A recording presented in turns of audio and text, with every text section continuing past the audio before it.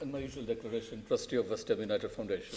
Okay, and that's Non-pecuniary, of course. I don't believe I need to declare it, but I'd hate to think anyone think I was trying to hide it. I am a West Ham season ticket holder.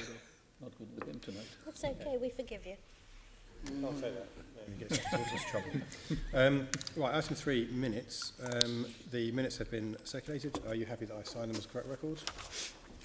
Yes, agreed. Thank you, members. Item 4 is a summary list of actions. We are recommended to note the completed outstanding actions arising from the previous meeting of the Budget Monitoring Subcommittee. Do you agree to do that? Agreed. Thank you. Item 5, the main item of business today is to discuss the London Stadium. Can I thank our guest today? We've got Merryck Lowe, who's the head of, I'll get your title right here, Mr. Lowe, the head of Disputes Advisory Investigations at Moore Stephens, who drafted the report. Martin Clarke, who we know very well, of course, is the Director of Resources here at the GLA. David Bellamy, the Mayor's Chief of Staff, and Gerry Murphy, who's here, I think, for the first time since you have assumed your acting up role as the Acting Chief Executive at the LLDC. Can I thank all 4 of you for giving up your afternoon to be here. Obviously, this is a subject that has attracted a huge amount of interest. Indeed, at the Assembly, it's something that we've been interested in, I think, ever since I've been an Assembly member now, which is pushing 10 years. The whole construction project was of interest to us, and of course, legacy, particularly so as well. And the review commissioned by the Mayor last year, which we are now about to discuss, is of particular interest too, for obvious reasons. So I'll start with you, if I may, sorry, I forgot your name. Mr. Lowe, I beg your pardon, from Moore Stephens. Just some introductory questions about your report, really. So what problems did you face when you were putting the review together? A very challenging timeline in the sense that it was a very long period of time which we were required to cover. Significant number of bodies involved and a very significant number of documents and people having relevant evidence supplied to us, which we had to marshal and bring together whilst dealing with the fact that it was difficult by virtue of the nature of the disparate organisations and documents to marshal everything into one place and review it effectively. How many people did you have working on the review? How many people were working on it? Yeah. On and off, 7. On and off. How many of those people were working on it full time? So effectively 6 people. 6 people full time, okay. Did you get quick access to all of the documents, or was there a problem with some of them? No. But the structure of any investigation involves honing it down on things which are most relevant. So naturally, the investigation starts at a particular point and then tends to spread out. Mm-hmm. So we started with the effectively superstructure of what individual decisions led to the building of the stadium that was ultimately built, which was individual board decisions, and then we worked through documents from there. So every investigation has its own rhythm. It takes a certain amount of time to get certain key documents and then work into them, and you build over time, getting ever more documents in order to understand what's going on. So your methodology was primarily to do the reading first and the interviews later in the process, is that That's correct, yes. Why did you adopt that approach? Because it's more effective factually. People's memory tends to fade with time, and in addition, later memories tend to overlay earlier ones, so people's belief subsequently as to why individual decisions were taken tends to be coloured by later events. So we relied upon the papers and the documents. Also, why people believe they took decisions isn't actually why necessarily they record they took decisions, and it's important to distinguish between the two. So we always, in any investigation, start with what was recorded contemporaneously as being a more relevant record, and then we add to that the colour brought by people's individual experiences and recollections. Is that the methodology that you employ all the time? In general, yes. I mean, if you need a speedy investigation because it's a particular, discrete, narrow set of facts, then you can do it the other way around and you can ask individual questions, but that doesn't tend to work if you cover a very long period of time with your investigation as here. Because for something as, well, let's be honest, fiendishly complicated as the Olympic Stadium and the odyssey that it has been on over the time since the Olympics was awarded, I had assumed, maybe incorrectly, that your starting point would be to interview some of the key players at the beginning, then do your document trawl, and then revisit, adding on others as your investigations throughout different circumstances through the time. Is that something you didn't consider doing? We considered it and rejected it. Okay. We rejected it for the simple reason that we'd end up effectively going around the key things twice, because inevitably otherwise you'd ask one set of questions to a key set of people, go and do the document review, and then effectively go and ask a very similar but slightly different set of questions to the same set of people. Doing the document review first has the advantage that because you know your questions and you know your issues, you can be more focused in what you ask the individuals and structure the order of the people in terms of who you ask first. When the review was commissioned, which I believe was back in February, we were advised that the report would be produced in draft in June, and then there will be a summer release of the full report in public. That obviously slipped, and the Mayor was, I think, chased on it. I think it was in the September Mayor's question time, and he indicated that it would probably arrive towards the end of that month, and it didn't. And then you had to come in and meet Mr. Bellamy to discuss in more detail about when it would be out, and the outcome of that meeting, the timeline, was then hit. Some of the key people that you needed to interview, such as the Chief Executive of the LLDC, were not interviewed until after the date that the Mayor had advised us at the Mayor's question time. Why was that? Well, the interviews spread over a significant period of time. The certain key people were always intended to be interviewed last, because effectively the evidence builds up from a base, and so certain key people are only asked certain key questions once we have all of the valuable facts and all of the reasoning and all of the documentation. So that's one of the reasons why someone as key as the Chief Executive LLDC is interviewed last. To the other question of the actual timing, implicit in what you said there were various reasons why sequentially we had to adopt that certain order. In particular, there was a delay by virtue of the election, which put things back naturally, and we then picked up pace once all of that was over. Sorry, could you say that last point again? There was a delay by virtue of the election.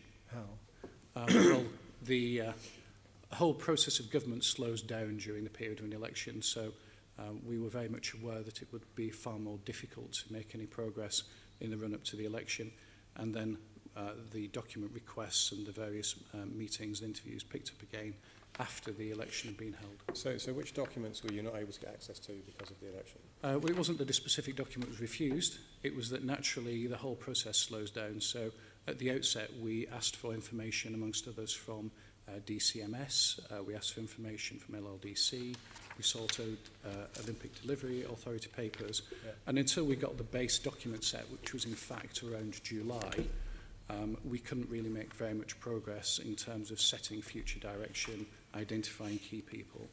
So there was an initial interregnum until that was done. Yeah, I'd like to explore that point a little bit. Yes. Because to a degree, I could understand why you might have some difficulty with the DCMS. But of course, you're talking to civil servants, not politicians. Yes. I have no understanding of why the LLDC wouldn't be forthcoming with documentation. Just Well, I didn't say early. LLDC weren't forthcoming. I said the whole thing slowed down. Inevitably, it took longer. So But why? They're not politicians. They weren't standing for election. Well, I They can't sort of really do their day jobs. I can't really say why eventually things only really started flowing to us from about mid-year. That's the point at which the pace certainly picked up. And then it picked up again after the discussions around September. And we were happily able to bring things to fruition. I think other people here may today wish to comment upon how ultimately it all came together in that timing. Yeah, and that's a fair point, and I will put those questions in a moment. Were there any questions that you weren't able to ask that would have helped your work? Ultimately, no. I mean, it was somewhat a close call in that we weren't sure until the very end that all the things we wanted to be able to see in order to be certain enough on certain points to give the answers that we understood the Mayor to be seeking in the specific scope we were given. It wasn't clear those things were going to become clear to us until right at the very end. So we were certainly working intensely, as it were, to the death in order to make sure that we had all the facts and all the information to be able to report to that timeline. Okay. I noted in your report that you took written evidence from Yes. the Vice Chairman of West Ham United. Yes. Now, she is the only person who is still in post in the same job, who was in post right at the beginning of the process. That was quite surprising. Why did you only take written evidence from Karen Brady? Karen Brady was willing only to give written evidence. We are very grateful for Karen Brady's submissions. They're actually very useful. But that was what was available to us. We weren't available otherwise to receive any input from her. So we took what was available Why to was us. That was what was on offer. she was prepared to give written replies to written questions, and that was what we gave and what we received. Okay. Did you offer her a meeting? Yes. Okay. When in the process did you offer that? It was in the last phase of discussions where we put questions either in person or in writing to all of the most senior people involved, so it was in the back quarter. The back quarter? Yes. Okay. So how long did the process take? All in February, all, you starting in published in March, ending in September, so 6 months, so it was the last month and a half. Okay, so the last 6 weeks. Okay. Yes. Did you give her enough notice? I think we did, because we understand that, in fact, certain individuals had already contacted GLA with a request to be spoken to, and we'd said, yes, we were happy to speak to absolutely anybody who'd had any involvement, who had something to contribute. Okay. Were there any organisations in particular that were slow in giving information during the pre-election period? We had issues and challenges throughout with DCMS, and the material ultimately received from DMS were relatively limited. In the event, we managed to address those challenges by using similar information from differing sources in order to work our way around that. But we didn't necessarily feel that organisations were being uncooperative. It's simply that the vast scale and scope of the materials and the very extensive period of time covered makes it challenging to respond. Okay. I'm going to switch tack now. You're off the hook now, just for a moment. Gerry, did you want to come in? Just want to ask one question of Mr. Lowe. The question about Karen Brady has already been asked, but my other question is that I understand 6 people refused an interview, either directly or by non-response. Who refused directly, and in particular, was Boris Johnson, ex-mayor, one of those people who directly refused? No, Mr. Johnson did not directly refuse. He did respond? He didn't respond. Right. Yes. David Edmonds? So this is in the back page of our report, so just to confirm the difference between declinations and non-responses. David Edmonds declined. I just wanted it on record here. So. Yes. Lord Coe actively declined our request, and there was no response from 4 individuals who we wrote to, Mr. Johnson, Ranjit Baxi, an OPLC former board member, Jonathan Dutton and Jan Bond. Okay. Right, Gerry. Do you agree with Moore Stevens' conclusions? Do you agree with Moore Stevens' conclusions? I certainly think the report is comprehensive and well written. I didn't ask that. Much of it. I asked if you agree. I do. Much of it relates to a period of time when I wasn't at LLDC, and indeed before the period of time that I was at the ADA. For the time that I was there, the analysis, I don't have any fundamental objections to. I do agree. Okay. Yes. No, go on. Is there something else you wanted to add? No. Sorry. I think you're tempted to, but you're being discreet. Okay, fine. Mr. Bellamy, the report overwhelmingly focuses on past decisions, not on looking forward and the things that the Mayor can control, which is going forward. Why is that? That was it was deliberate. The scope of the work, when asking Moore Stevens to work, was to look at what had happened. Clearly, overwhelmingly, events that happened before the present mayor took office, and provide transparency to the mayor and, importantly, to Londoners on why such huge transformation costs have been incurred, and why, despite all that expenditure, the stadium would lose money on an annual basis. It was always clear that that was going to be a complicated piece of work to perform, and indeed it was a complicated piece of work to commission, given the range of bodies who have worked on the Olympics and the stadium and with LLDC and so on over that decade or so. And so the Mayor was always clear we weren't going to just kind of pause and just wait for Moore Stevens to kind of do everything, but that there were things that actively we were going to focus on and address to try and understand and improve the financial performance of the stadium. Because, I mean, the review, 22 pages out of 139, are actually looking forward, looking at how you can change the way the stadium is run. Because it seems to me there are several stages in the genesis of this.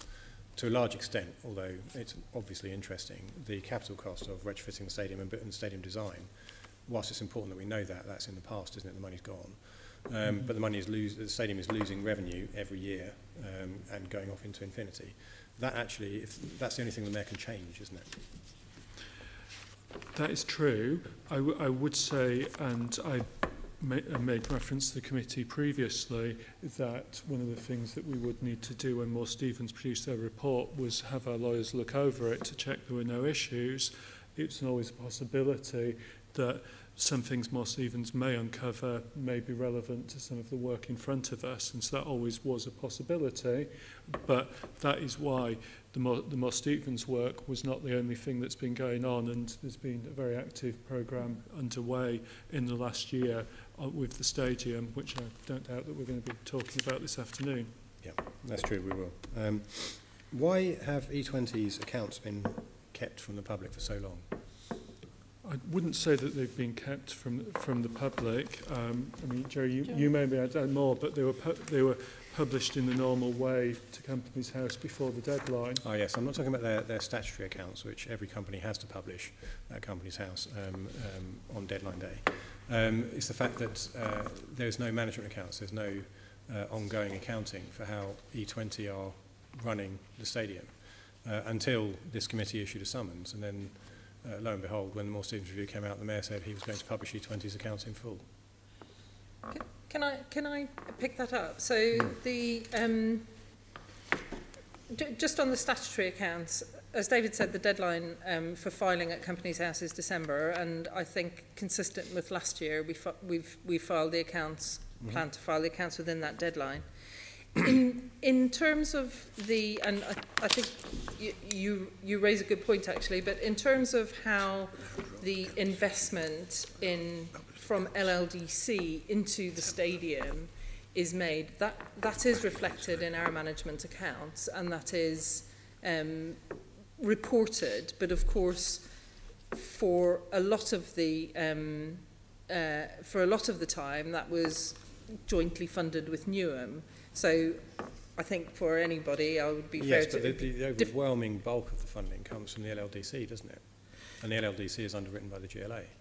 Yes, well, until the first quarter of this year, the partnership was funded jointly between Newham and LLDC, and the element that is funded by LLDC and of course back to the GLA is reflected in our management accounts, in LLDC's management accounts, but E20 as an entity doesn't publish. So just to be clear on that, we're talking about the 2016-17 accounts to 31st March 2017. During that period, the partnership, the operating costs were funded 65% LLD, 35% Newham, that in accordance with the pre-existing agreements. That partnership was managed in the normal way by Newham and LLDC members, and then each party's contributions flow up through their management accounts. Martin puts in front of me the GLA statement of accounts for 2016-17, which on page 8 makes a clear reference to the total comprehensive loss of the partnership, and so that stuff, absolutely, the GLA was putting in the public domain through our accounts back in it would have been June when we issued the draft accounts. Correct, in September, the final accounts.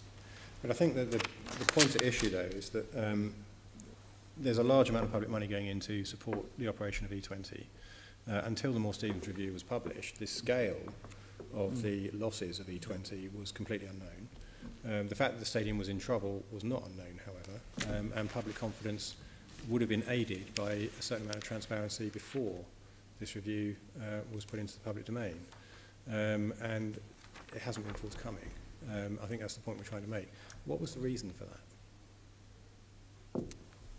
I'm not sure I accept the premise of the question. I would say that the Mayor made a clear statement late 2016 of where we were at on the finances.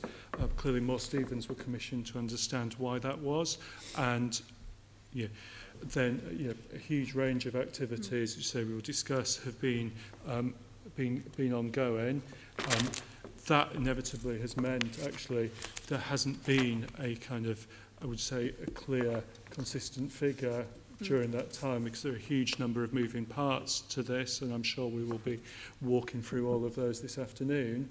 And while boards were kept informed in that, and it was reflected in management accounts in the normal way, it was only when we reached the appropriate point in those discussions that we were able to update the public and give a clear, solid figure that reflects where we actually are.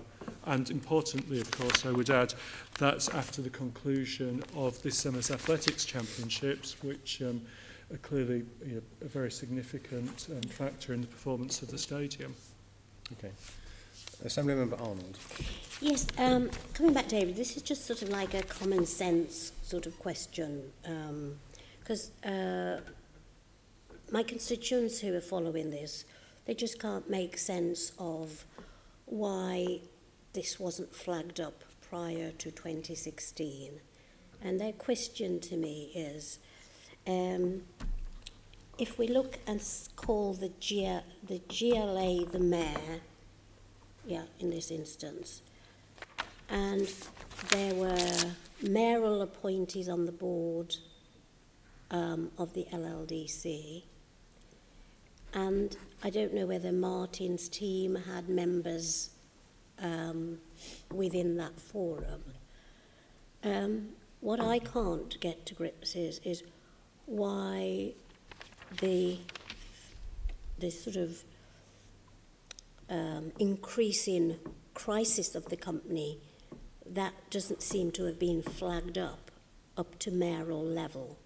Now, David, you'll say that was before you, so the only person who was around then was Martin.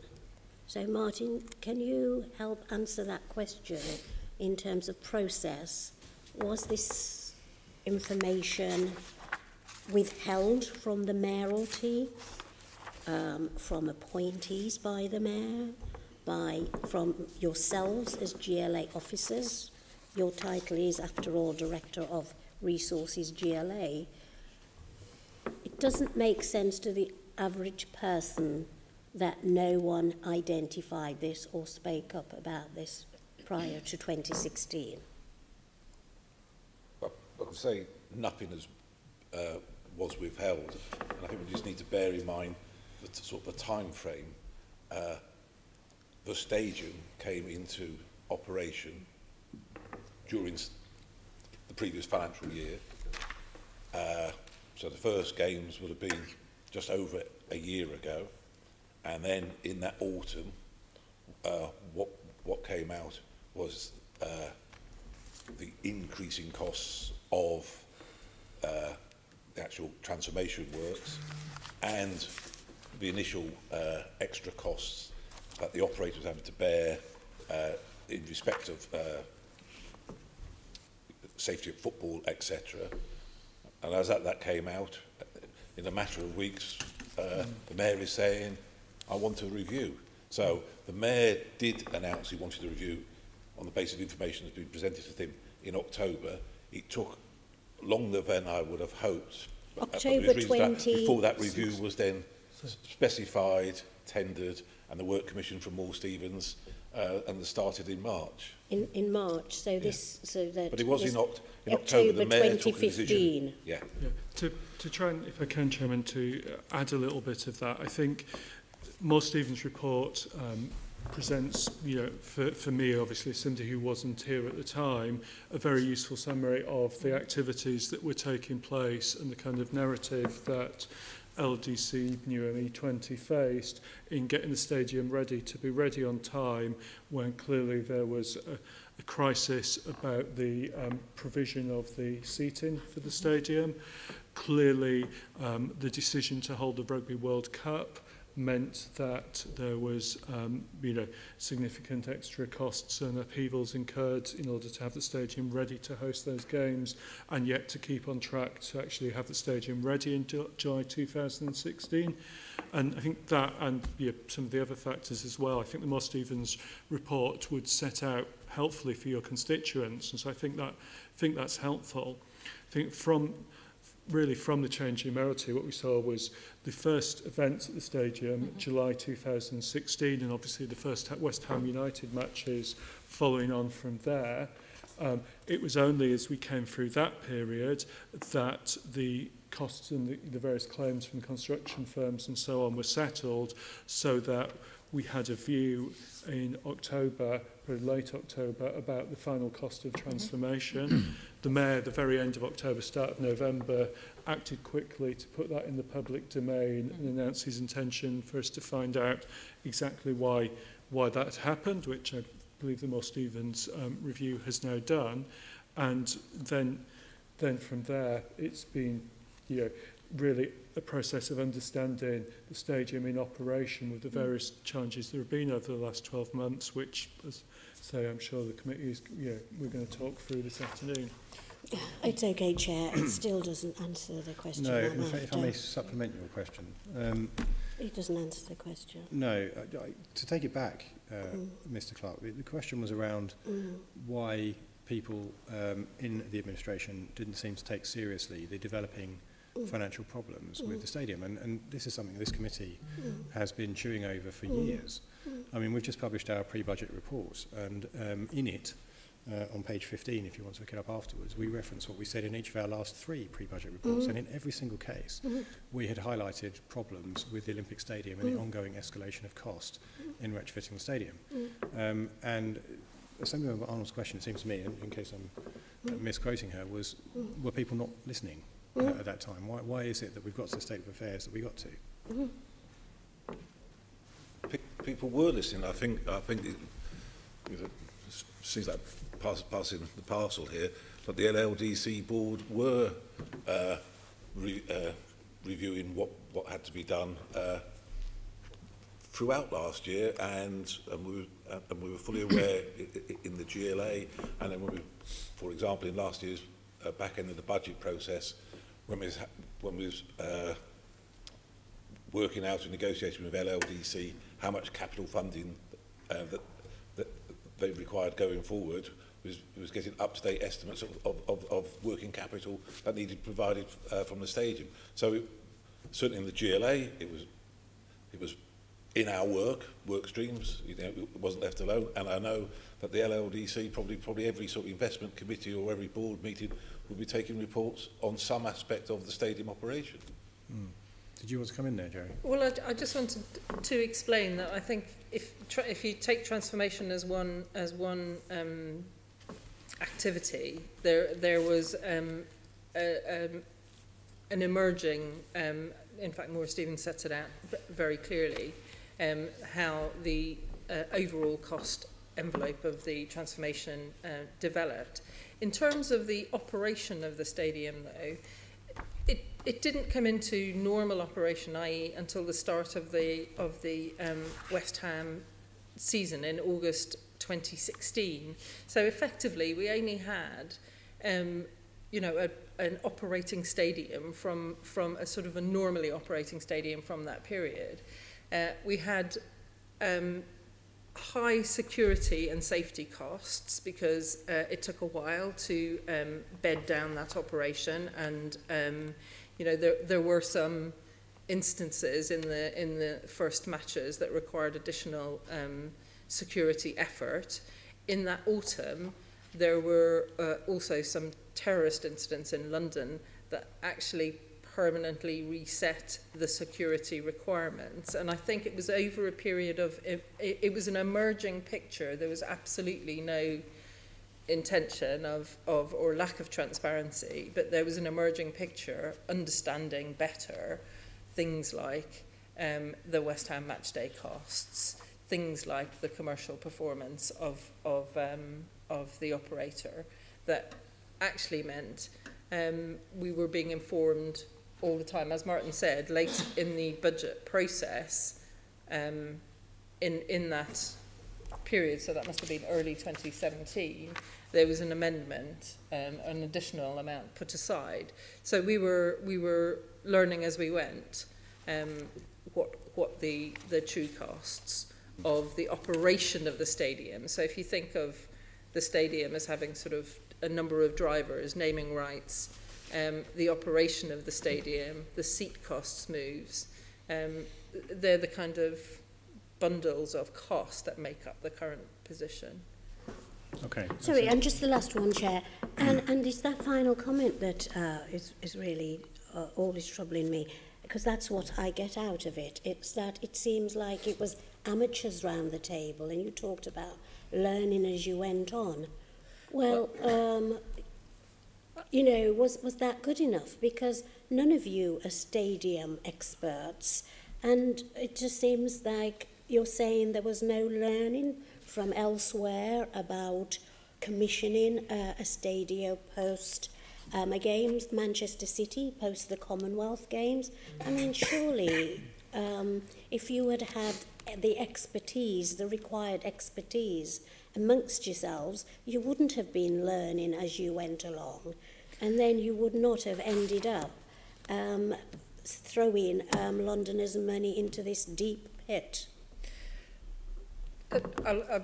Two points to make. The Manchester City Stadium is quite a different beast to the London Stadium. It was designed for the games, and then it was redesigned wholly for football. So it's a very successful stadium designed for football. It was always designed for football, and Mayor Stephen's report draws one of the learnings actually from the very early decisions taken around the design of the stadium, that it was designed to be demountable to an athletic stadium. The decision that was then taken was to make the London Stadium a multi-use stadium, and that's quite a different proposition, and it throws up a number of challenges. The second point that I would make is that E20 went to the market and secured a professional stadium operator. LS185 are a subsidiary of Vinci Stadiums. Vinci Stadia run very, very successful stadia in France. They run the Stade de France, which is similarly a multi-use stadium. So I think that we would recognise that we wouldn't necessarily have had the expertise in-house, but we procured a professional stadium operator. Thank you. Okay, we'll come back onto some of that in a moment. Assembly Member Desai. Chair, yes, I'm sorry to labour this point, but I'm a bit perturbed about what I would say, what I would regard as a cavalier attitude of people who refuse to participate in this investigation, either directly or by non-response, and in particular LLDC personnel. After all, they're part of the GLA family. So can I come back to Mr. Lowe? Now, I know that there's stuff at the end of the report, but that's a 139-page report. I don't expect members of the public to go through all 139 pages. It's certainly not what's at the back. This meeting is our webcast, and so some of these questions have got to, and your answers have got to be put on record. So the people who refused, did they give any reasons for refusing? Or was it just, I'm not taking part? Well, if we look at the people who actually actively declined, Yeah. In general, it was things like pressure of time and unavailability rather than blunt refusal. I mean, everybody was exceptionally polite in terms of the interaction with us, and we didn't sense any unwillingness. I mean, had we felt, in fact, that particular individuals who'd refused were critical, we would have continued to press, notwithstanding the timeline, for additional access. But in fact, we felt that given the combination of people, and we looked at the span of membership of the various boards and the individual roles occupied, that those who'd responded and allowed us to form the view we needed to form. So we don't feel we were adversely affected by those people who didn't choose or weren't able to contribute to the review. Just to clarify one point from your question there, Assembly Member, the two people listed as no response to our request from LLDC are not current employees of LLDC, they're former employees. And so there's no question that LLDC weren't fully cooperative. These are private individuals and it's a matter for themselves. Certainly the chair was around until very... and the people who didn't respond at all, did you sort of write to them again? Certain people actually initially declined, and then we further wrote to them, right. And then they agreed to take part. So this is the final list at the end of the process. fine. Okay. Okay. Right, we're going to move on and start talking about some of the financial revelations that we have picked out of the report, starting with the seating. Assemblymember DeVale. Or emerging problems. Okay, so if we can begin, I think it's to you, Gerry.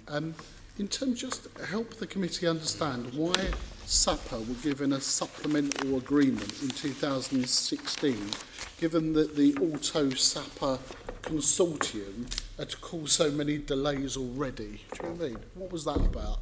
What was the thinking going on there? So in the autumn of 15, Auto went into administration, and SAPA, their joint and severable partners, that they were the aluminium extruding bit of the seating, Alto with the seating design and event seating experts. SAPA took up delivery of the contract.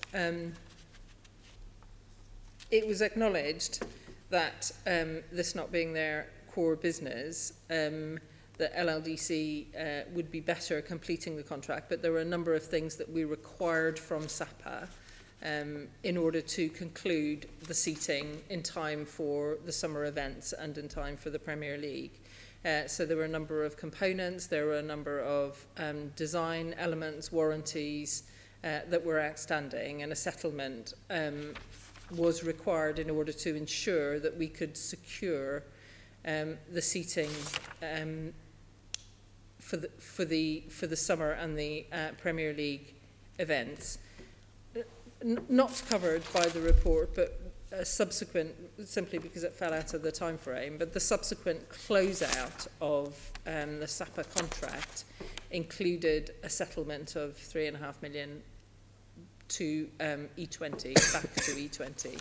So in effect, although we agreed a settlement with them at the time in order to secure the requirements for the seating, when we closed out the contract, we secured a repayment of £3.5 million. So this was a planned exit strategy to secure stuff to go on to the future? Yeah. Yep? Yeah. Okay, right. Then let's talk about the big budget line on E20 and seating. So the PhD contract for seating is between 8 and 10 million each year. How realistically can we shave this amount? So what is the plan?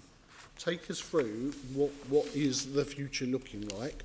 What are the key decisions that we need to take to bring this figure into what? I daren't say, I don't want to put the moppers on it, into a manageable amount. What are we working towards? So I think there's the PhD pre-tender estimates are in the region of 8 to 10 million, and the costs for moving the seats for the World Athletics and back again for the Premier League in total amounted, as reflected in Moore Stevens, 11.7 million. Within that sum,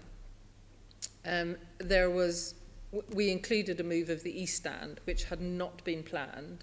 The decision was taken to move the East Stand because of the focus on the World Athletics, and that was a phenomenally successful event.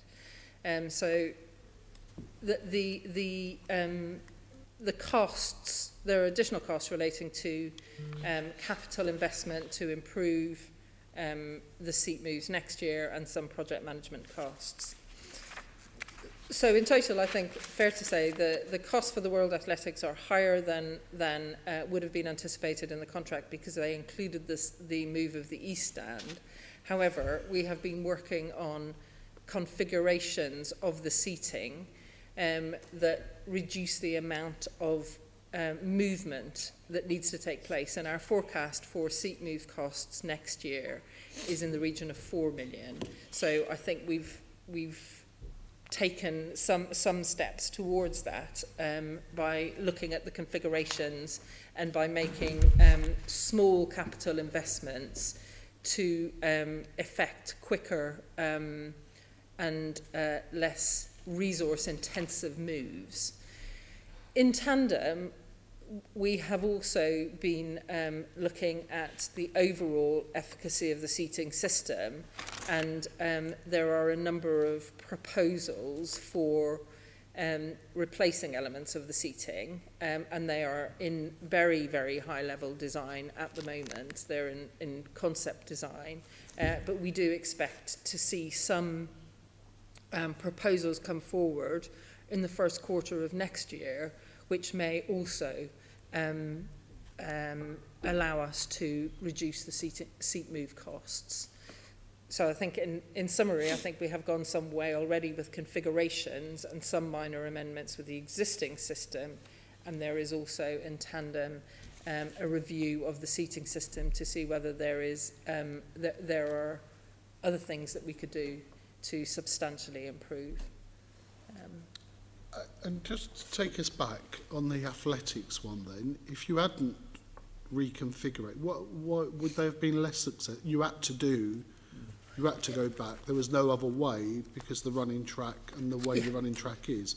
Yeah. So you're saying there's a reconfiguration under discussion that allows the running track, which will take away less seating than what we've got now. Rather than move whole stands, Yep. we take the sort of front sections off stands to reveal the track, and that is much more efficient to do. I thought that's what happens, isn't it? I mean, so we're not doing the over ends. That's the bit that changes. You take them off the east and west stands. Is that how it works? Shall I try give it my perspective and see if it helps? So the east stand, in athletics terms, the back straight, those members who attend West Ham will realise is a particularly challenging stand because they have the kind of middle tier of seats which are built up on a separate scaffold, and so actually moving all the east stand seats back is a particularly expensive, it's by far the most expensive stand. What happened for the 2016 athletics, and what then meant that we could then host the West Ham's first match and then the start of the Premier League season so quickly after the Diamond League, was that the front 7 rows were taken off the east stand, which exposes the back straight. What that doesn't expose, however, remains under the east stand, is the long jump and triple jump pits.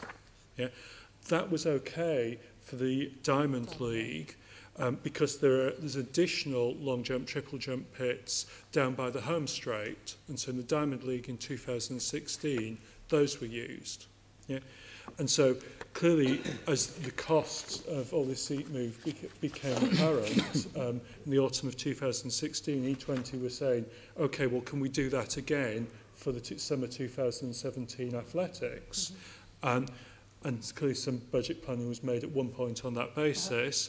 However, what became apparent working with the boards organising the athletics was that, put bluntly, it's not as simple as that, given the extreme detail with which those athletics championships are organised to the minute, all the television arrangements that are made, the arrangements that are made for awarding medals, which obviously isn't something that would happen at Diamond League, and it also, of course, coupled with the desire that this is a blue ribbon, the biggest sporting event in the world, really, in 2017. The conclusion, in conjunction with the athletics organisers, was reached was that the only feasible way to deliver the championships was for the East Stand to move back. Where we are now is a question of saying, what can we do next summer? And what has been identified is something that's more similar to the 2016 configuration, but reduces some of the seating changes on the West Stand, the home straight, to further reduce the cost, and so that we found a cheaper way of doing it in 2018 than was the case in 2016. So we've got a short-term plan, I think, and I think what you described to me was a medium-term plan or a final solution. Sounds ominous, but... No, just, It's a big area, isn't it? It's a big problem, this one. So, you know. I think it would, in terms of the kind of changes to the existing seating, it would be a solution that we would hope would last for, 20, 25 years, of the standard life of a seating solution. And we're in changes? a position, you can present to this committee the costings that would all take, both short-term and long-term solutions, and decisions have been taken already. No, it's in very, very early design. So, Any but the kind of short-term changes ones? to the existing seating solution is in very, very early concept design. But this is the one where we need to move fast because of next year, presumably for the Premiership. Sorry, I've confused. Shall I have a go? So, summer 2018, a plan is in place. Yeah, Fine. as Gerry said, that's going to cost around £4 million for the seat moves for the concerts and athletics that are booked for 2018. Yeah, so that's all lined out. That's clearly a significant reduction in cost from the costs that were incurred in 2017, and that's the, we believe with the seating infrastructure that we have, that's the best that can be achieved consistent with hosting both football and athletics in the stadium. And those decisions have been taken. So summer 2018 is taken. Clearly there are a number of concerts, some of which have been publicly announced, others maybe to follow, that have been booked. But obviously the decision to host football and to host athletics in the stadium was taken around about 4 or 5 years ago, as Moore Stephens sets out. What we're then looking at, as Gerry said, is options for changing the physical seating infrastructure, making some capital investment on the basis that then it would make it quicker and easier to move the seats. There are really two considerations to this. First, the feasibility of doing that and the reliability, and ensuring that if we do decide to do that, we get the benefit from it that is claimed. And so clearly we're going to be taking a cautious approach to that given previous experience. Secondly, is if you're moving the seats, it's all about what events you're staging. Yeah. So clearly, if we were to have another IAAF Athletics Championships in future, then we would want to move the seats back into the blue ribboned event structure we saw this summer, and there would be a different cost. If we're there are suggestions and discussions about hosting Cricket World Cup matches in 2019. That would require a different layout of the seats with a different cost. And so what it's about doing is, it's not just about thinking football athletics, it's about thinking about the different uses for the stadium that are possible, and in that context, what, if any, appropriate changes should be made to the seating infrastructure so that they can be moved more quickly, and also more quickly in order that we've got more time in the stadium to host revenue generating events. Okay, so what's the timeline? What's the discipline of moving towards that solution then? Because you're telling me you're not going to rush, which I think, okay, given what's happened in the past, you might not, but there must be some imperative to sort this out, and, because it's a big hemorrhaging of costs. You've told me about the short-term solution, I'm clear on that. What's your timeline for decision-making on your deliberations of both design feasibilities and about putting this into the right place? Is there any timelines you're imposing on yourselves? I'd say that with caution, because one of them is imposing timelines yourself, we've got ourselves into difficulties.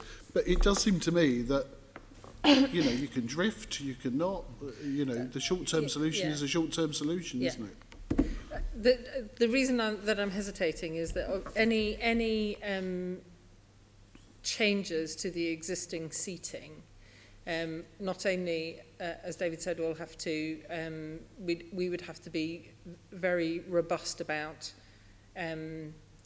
how well they work, but also any changes to the existing seating have to be implemented in short periods of time because the stadium is in use. And therefore the team are currently looking at both at what changes could be made, but also the timeframes and the timescales that they could be implemented in. So obviously we would want to do anything that, or a value for money proposition that reduces the cost as soon as possible, but we also have to work within the windows of opportunity that the stadium presents. And actually it has a very full schedule for the next 2 years. Okay, Right. I get all that. What I want to know, if I was one of your board members, when am I going to get a set of decisions that take me to that bit? When is the mayor going to receive the information back for that bit on the basis that seating is one of the biggest problems being highlighted by Paul Stevens that we need to sort out? Where is that? That's it. I'm trying to look. So am I going to get it next year or the year after? Or what? When is it? I think what you will get in the first quarter of, I think what the mayor will get in the first quarter of next year is the staging point which says we believe there are either things that we can do that are cost effective or actually, you know, don't spend any more money on that. And then it will be progressive. I can't It won't be a big bang. I think we get that. We understand that. It won't be a big bang approach, but over...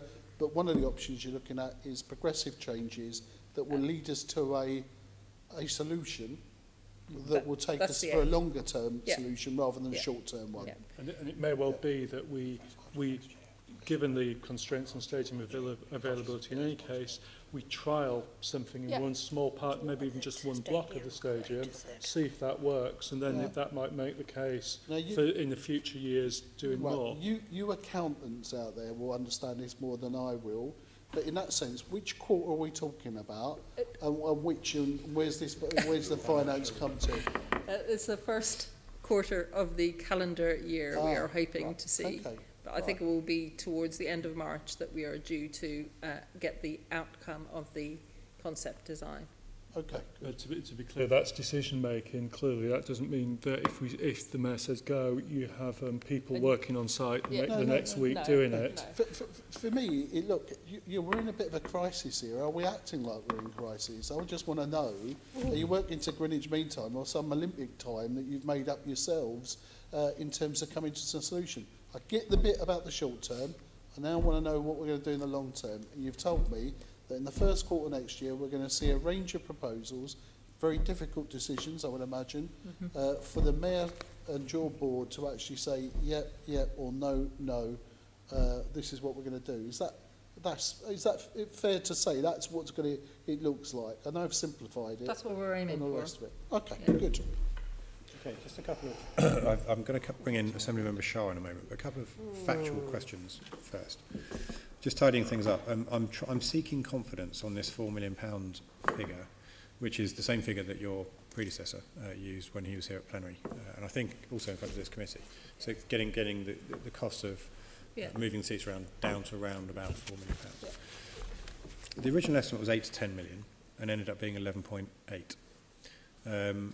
Now, was that, and actually I hadn't heard the description given by Mr. Bellamy before today, but it makes sense and I understand it, about needing to reconfigure specifically for the World Championships, and why you could only do that, or you had to do that for something like that, but for an average athletics event you wouldn't need to do that, and you can save money that way. I get that completely. Was the difference between the original estimate and the 11.8 that it turned out to be solely because we had the IAAF World Championships in 2017? No, I think they were included in the difference were about 700,000 of incremental improvements to the seating system that allowed us to move the seats more easily. So included in some element of that related to the patterns of working, and some element related to additional changes to the seating system to make it move more quickly, that we are now seeing the benefit of in the 4 million estimate. Okay, so was the original estimate then, because again I take the point that the estimate in 2016 would be materially different to the one in 2017 because you had a one-off event happening and you had to do things slightly differently. Was the original estimate slightly naive then? You know, this learning by experience thing you were referring to earlier? No, I don't think it was slightly naive. I think that I think there was a change for the World Athletics, and I think there was a small addition of scope as well. So how much do you put the extra stuff that had to be done just for the World Athletics Championships into that 11.8 million or 7 million? I would have to, I'd have to go back and look at the full cost of the East Stand move in isolation from the rest. So I'm surprised you don't know that off the top of your head, because that's one of the key savings, isn't it, from what we've just heard and what we've heard at previous meetings, is that you've worked out that actually moving the seats in the East Stand may not be necessary every single year. Indeed, it might only have been necessary on that one-off occasion. So the cost of moving the seats in the East Stand is about 4 million. My hesitation is in going from what was included in the 8 to 10 million pre-tender estimate and how that moved to the outturn. Yeah, because if you take the 4 million for not moving the East Stand off, 11.7, 11.8, round it up to 12, you've got to the lower end of your original estimate, which was 8 to 10 million. Yeah. We're now being told that 4 million is the most likely cost going forward. So I'm quite interested in how you're going to cut your original estimate by 50%. How much confidence we can have in that number? We have reasonable confidence now because you do, but it's a question of why we should be confident. Why you should be confident. Essentially, there's no move of the East Stand, and there is there's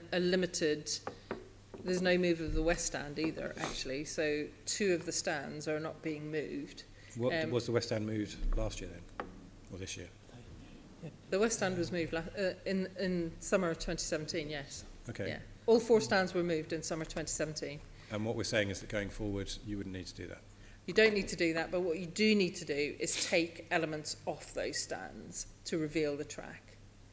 Okay. And, which does cost to take off the sort of the front X seats. Yeah. The other factor that should give some confidence in the estimate is that it does involve moving the north and south stands, but that was done this summer by the same individuals. So you've got confidence that that cost you expect to be very similar this year. Okay. One final thing before I move on to Assemblymember Shah. I had heard it before, and you referred to it again today, the possibility of hosting matches for the Cricket World Cup at the stadium, which would be very exciting. I mean, that would transform the Olympic Stadium into the biggest cricket venue in this country at a stroke. However, I'm interested in the business case of doing it. I would understand why you'd want to use the stadium for that and showcase it. But if that's going to cost you millions of pounds, and by the sounds of it, it is, how are you going to make that money back up? Because that would involve even more seat movement, wouldn't it? It doesn't actually. The configuration works for cricket are slightly lower than that for concerts and athletics because it doesn't require the full, and I will confirm this, it doesn't require the full move of the north and south stands. I think Chair, the point is whatever one's hosting in the stadium, and clearly there are contracts in place that ensure football and athletics is held there. A consequence of signing those contracts is a seat move, whatever seat moves are required. And clearly what you need to do is you need to take that into account when you negotiate. So the negotiations that will take place with the Cricket World Cup organisers and indeed any other interested parties, just as we do in terms of concerts in the summer, will reflect the cost implications of holding those events. Now, obviously, from the kind of positive way in which you asked the question about the event, there is clearly social and economic value to London beyond just the narrow finances of the stadium, which is a relevant consideration, but nonetheless the finances of the stadium need to be made to work.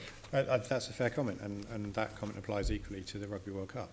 And I think using the venue as much as possible is fine, but given where we are at the moment, I think for us anyway, we'd have to be very satisfied that the business case stacked up and wasn't going to be adding to the financial drain that the stadium currently is. Assemblymember Shah. Yeah, Chair, I'm still kind of struggling for a bit of clarity.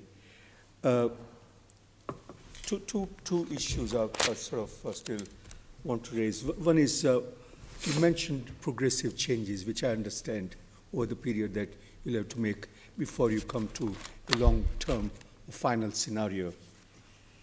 Can you tell us, is it 4 million or whatever figure, what is the figure you have currently estimated for those progressive changes? And second question related to that is, what time frame at the moment you're looking into achieving those progressive changes until you can say, right, we've nearly got there? Then the second question that follows is, when completed, when you implemented all those progressive changes, what do you reckon would be the new sort of allocation you would require for annual costs for moving seats, etc.?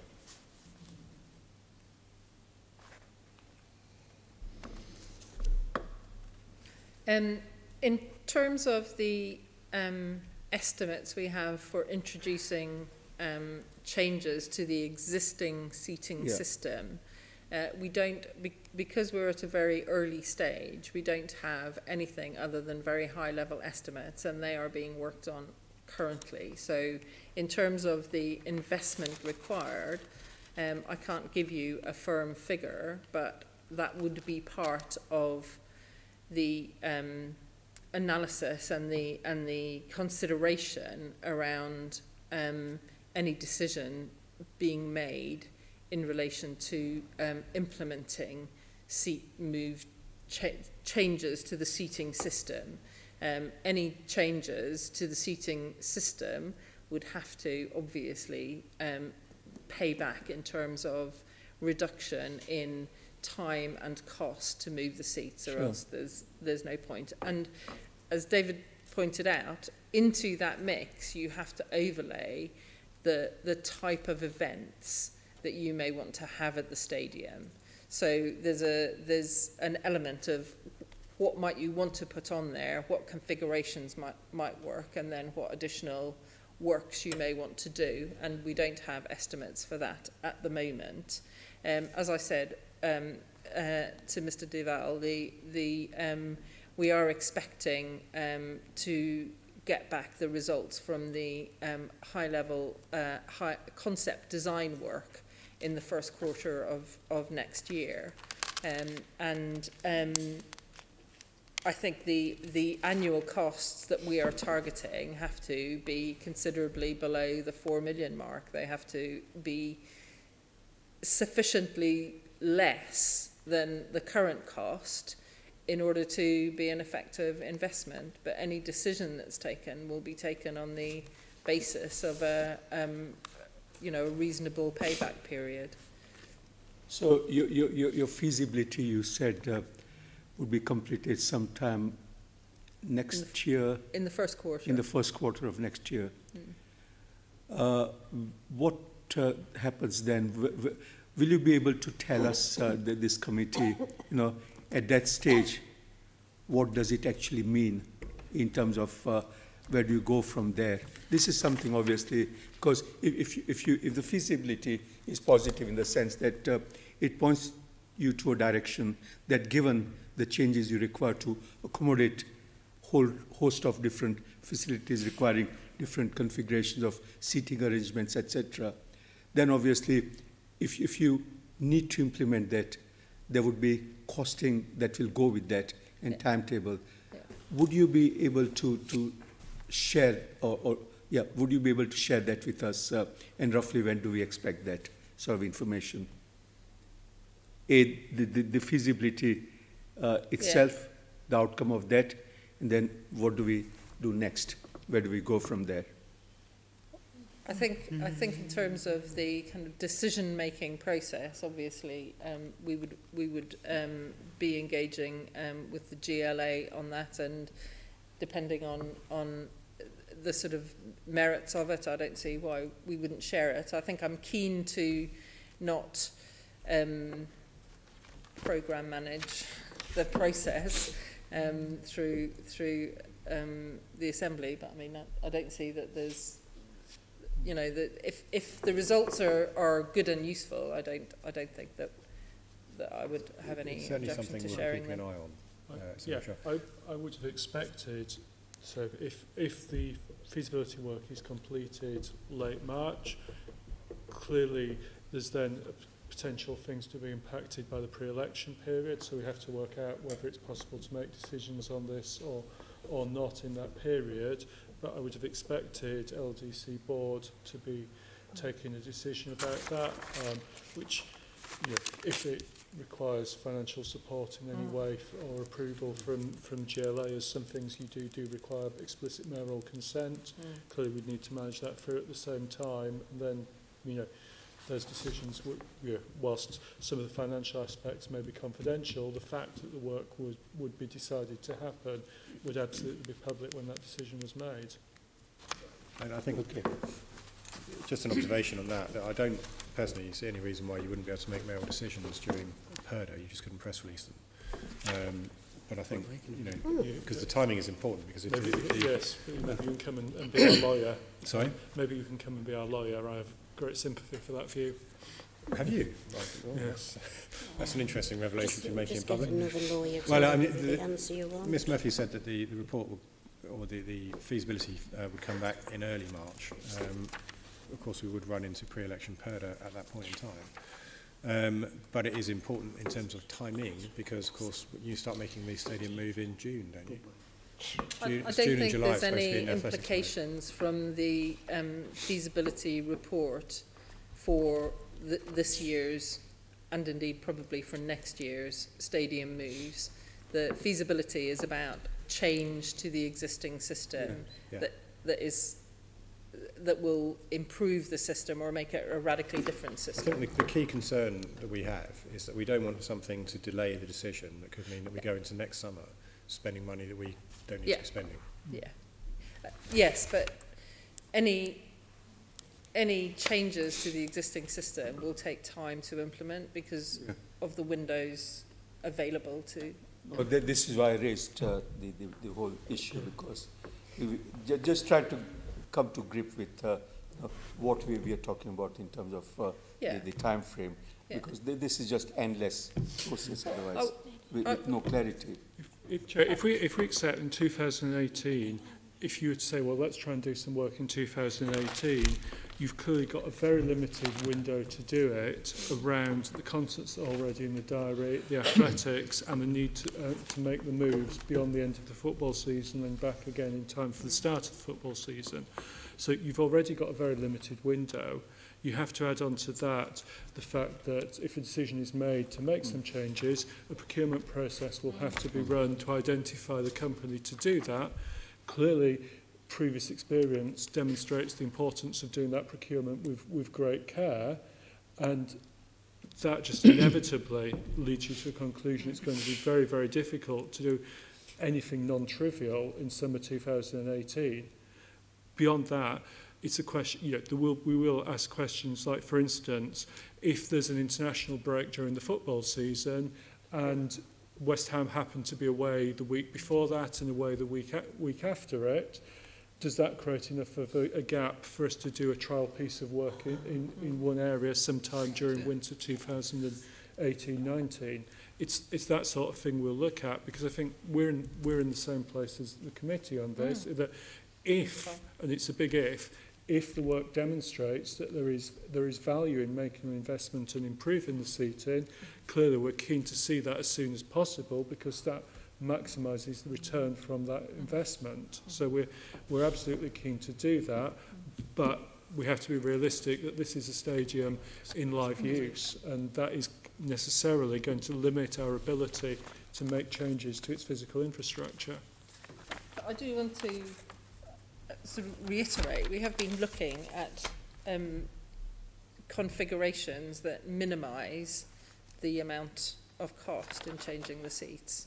You know, I don't want to characterise that we're pinning, you know, we're delaying in anything at all. We've been working hard to try and find configurations that reduce the cost of moving the seats, and for next year we're comfortable that the estimate is much lower than previous years. Okay. Assembly Member Prince. Thank you, Chair. I understand that the issues you've had in putting the seating back, but I also understand there's an issue about maximising the seating in the ground, and that there's a dispute over how many seats they've agreed with West Ham. I believe there's a minimum figure, but there's West Ham have an aspiration to have 66,000, I understand. But there's some dispute going on about the bit in the middle. Do you want to just give us a bit more on that? So the concession agreement talks about a minimum seating, and actually there are more seats available in the stadium. However, in order to activate those seats, it would cost additional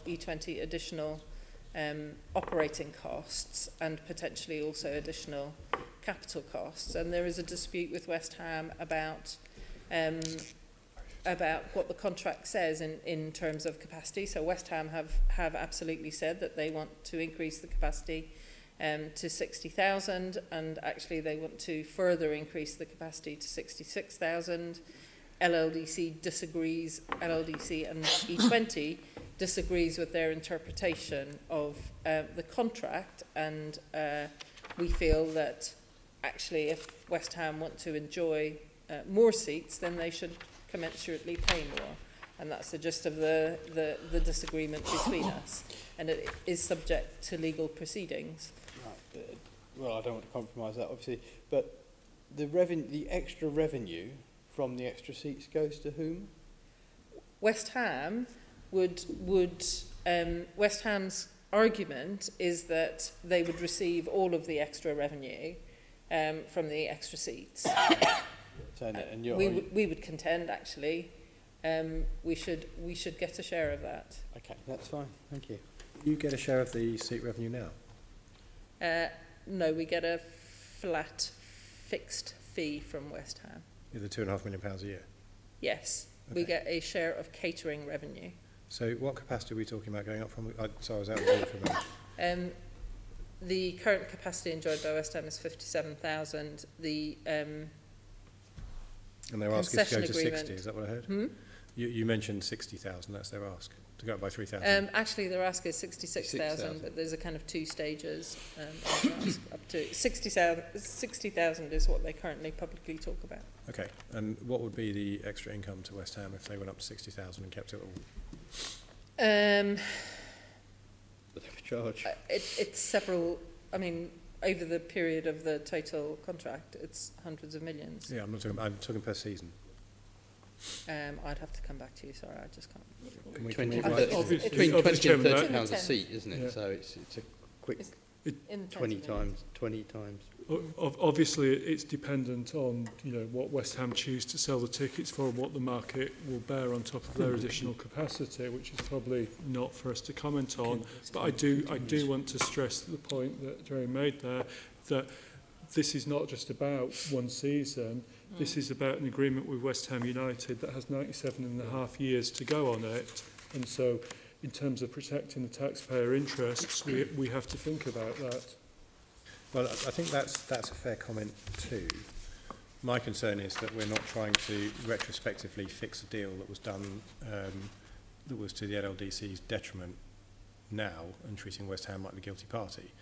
My understanding is that West Ham do a lot of very flexible prices for their tickets for local residents that they were not able to do when they were at Upton Park, because of course their capacity there was very much lower.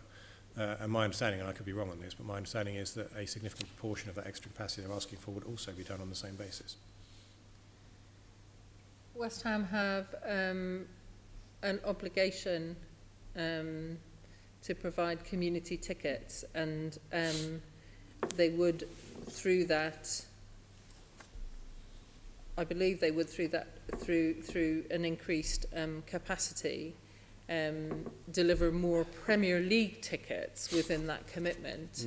However, I think their community ticket obligation is up to 100,000, so it's pretty much small beer in relation to the 100,000 over the entire season. So it's small beer in relation to the kind of number of additional seats per match if you multiply it out over the season. The rumour that I'd heard is that 1/6 of the extra capacity that they were asking for, they were going to be giving over to community-based tickets. This wouldn't be the community obligation West Ham have under their existing agreement. This is not a new requirement that they would accept in exchange for additional seating. The agreement signed in 2013 imposes this obligation on them. Yeah, it's just that where I'm keen that we don't go with this debate is viewing West Ham as the big bad wolf that is fleecing the taxpayer. Because the fact of the matter is, of course, that the overwhelming majority of West Ham United's income, according to their audited accounts, comes from TV rights, and they get that playing on Hackney Marshes. Actually, their increase in ticket revenue is comparatively slight, going to Olympic Stadium from Upton Park. And I think a lot of this debate has been shrouded in this view that these Premier League football clubs that pay millions to their players are somehow fleecing the taxpayer. I am interested to get a copy of West Ham's latest annual report and accounts, which I don't think have been filed with Companies House yet. So I can't comment. It would be absolutely true to say that in the case of every single Premier League football club, that the vast majority of their income comes from TV rights. The vast majority of their income comes from TV rights. I think that's absolutely correct. But as I say, I think we have yet to understand the benefit of the increased capacity that West Ham enjoy at the stadium and the fixed cost deal that they also enjoy at the stadium. And I think they've been playing at the stadium for 2 years. How long have they been asking for increased capacity? I believe that they began to ask for the increased capacity last year, certainly before last year's, the start of last year's season, and probably early last year, I would say. That's when it first came to my attention around the beginning of last season. Okay. Beginning of last season, so sorry, the beginning of the season that we're currently in. So since August.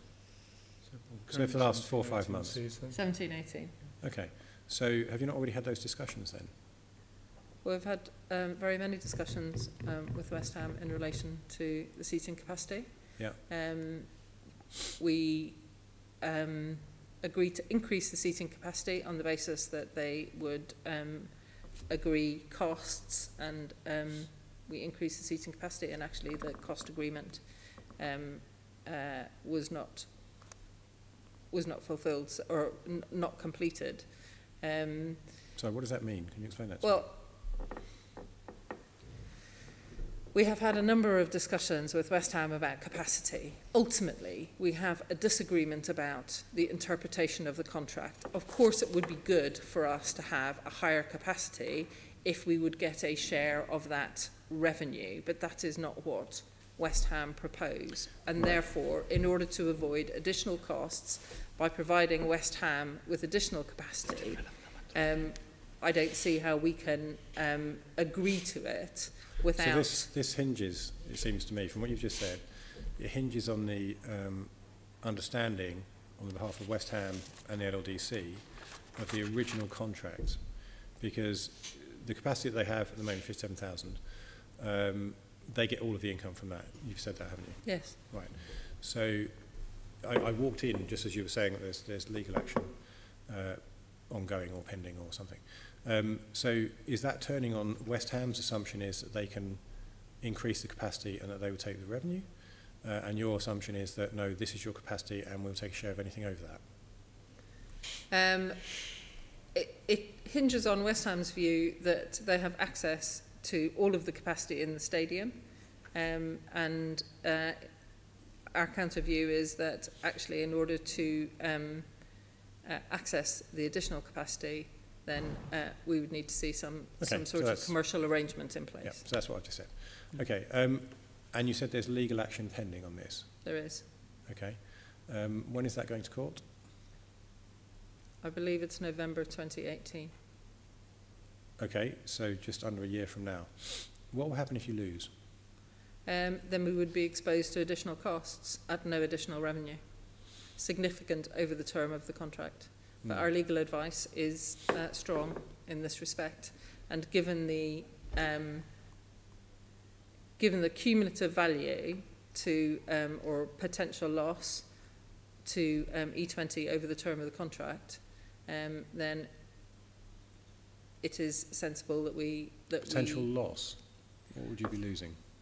If West Ham, if we had to support additional capacity at the stadium, it would incur, we would incur additional costs Okay, how that much we would that don't be? believe would be covered by the. How much would that be? So they want an extra 3,000 seats. Ultimately, if it's a two-stage process, maybe another 9,000 They do seats. want an extra. They want 9,000 seats. Yeah, so as I said, a two-stage process, 3,000 initially, which is what you said, up to 60,000, and then potentially up to 66,000. So let's assume that they got, I don't know, 3,000 to start with. What would be the additional cost to the LLDC of West Ham having those 3,000 extra seats? I don't know offhand. I should. We'll write to you afterwards and ask for that, Yeah, if that's yeah, possible. yeah. Because I think it's very important that we get underneath this.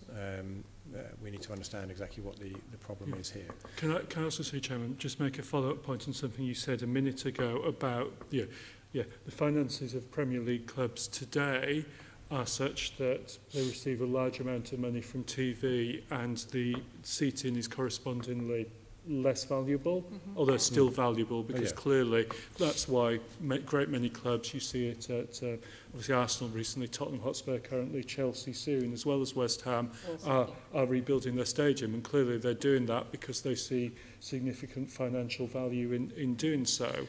And what we have to recognise is that this is a 97-year deal. The media and technology landscape is changing very dramatically around us, and one can't assume that in 20, 30, 40 years' time, what we now call TV rights will be far more important to clubs than seating rights. We just don't know that. Okay, Assembly Member Prince. Just a small point, Chair, which you'll appreciate, no doubt. It also comes down, when we talk about rights, also comes down to bragging rights. As you know, Spurs are going to be increasing their ground, I think Chelsea are as well. They'll all be 60-seater stadia.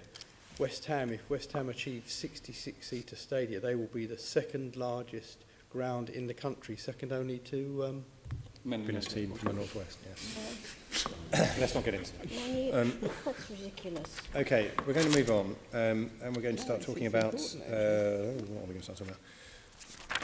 Forgive me. Naming rights. Thank you, Chair. Another thorny subject, so it's a mesh beside. Yeah, thank you, Chair. Chair, I've raised this issue back in January and October, so if I can complete my hat trick by raising the same topic again today. And I try to be as brief as possible, conscious of the time.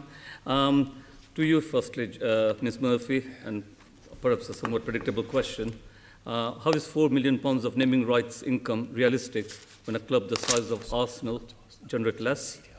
The figures that I have, Arsenal, because this ties in with my second question, Arsenal generate 3.3 million of naming rights, but this also includes shirt sponsorship. So in light of that, do you think a joint stadium and shirt sponsorship deal is possible or desirable? In terms of whether 4 million is a reasonable sum, I think we've had significant advice that 4 million is a reasonable sum, and indeed the concession agreement with West Ham reflects the 4 million level, in that above that West Ham share the naming rights revenue. So we've had advice from ESP, who are part of the WPP group, who in fact were recommended by West Ham. They were the last agency that we worked with in terms of naming rights, and they believe that's a reasonable estimate. And actually we've had discussions with two parties over the last year at thereabouts this sum. So I think 4 million is not unreasonable. I think the in terms of relevance to the Emirates, I think the London Stadium is I'm trying to find a different word to unique, but the London Stadium is a very different proposition. It's got multiple uses. It can host, for example, as we saw, the World Athletics last year, which is a blue ribboned event. So the bundle, what you get for the stadium is also a different proposition to a standard football club naming proposition.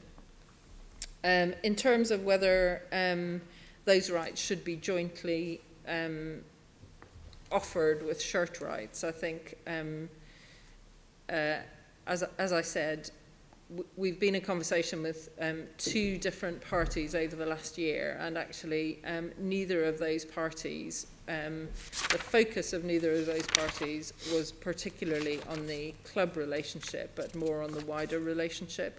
So while, yes, you could look at packaging a naming rights deal with a shirt deal, you would have to be very happy about that you were getting sufficient value for the naming rights element that would accrue to the public sector as against the shirt deal. And we are looking now at how best to go back to the market. Coming to that. On naming but, rights. I mean, I'm aware of these two deals because they've been speculated about in the press, but they haven't happened. So is it reasonable to still include £4 million of naming rights income in your business plans? The business plans as presented in our budget submission to the GLA don't include any naming rights income for 2018-19 or 2018-19. So we have submitted our budgets on a very prudent basis. And we have included our business plan estimates plus risk, and the risk is that we won't get a naming rights deal next year, and indeed we don't currently intend going back to the market until later next year, when we have thought about all of these things, such as shirt deals, how to package the rights. Is under consideration. Well, still sort of hazy. So, I mean, we were told that you're not actively marketing the naming rights. Is that still the case?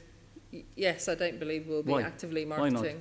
Because we want to work as part of a developing commercial strategy. We want to work through the options for how best to present to the market. Yeah.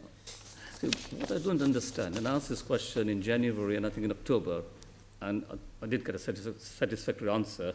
We were told in January and October, I'm very confident this is the outgoing, this is David Goldstone, very confident secure naming rights, the same language in October, still very confident. I mean, what is the problem when you got this iconic stadium? I mean, your words I forget, but I think you sort of described it as a sort of unique stadium different to the Emirates. You get far smaller stadiums. Dagenham and Rugby Stadium, I don't know if that's still the case, but they're sponsored by a construction company. I know it's a much smaller stadium, but you've got smaller stadia all over the country who tie up various sort of deals, naming rights deals and so on. What is the problem with such an iconic institution? Why can't you attract an international sponsor? I mean, I don't know, the mayor was in India recently, of course, and I followed his trip on Facebook, David, and it seems a fairly successful trip, although we have had outputs in concrete terms.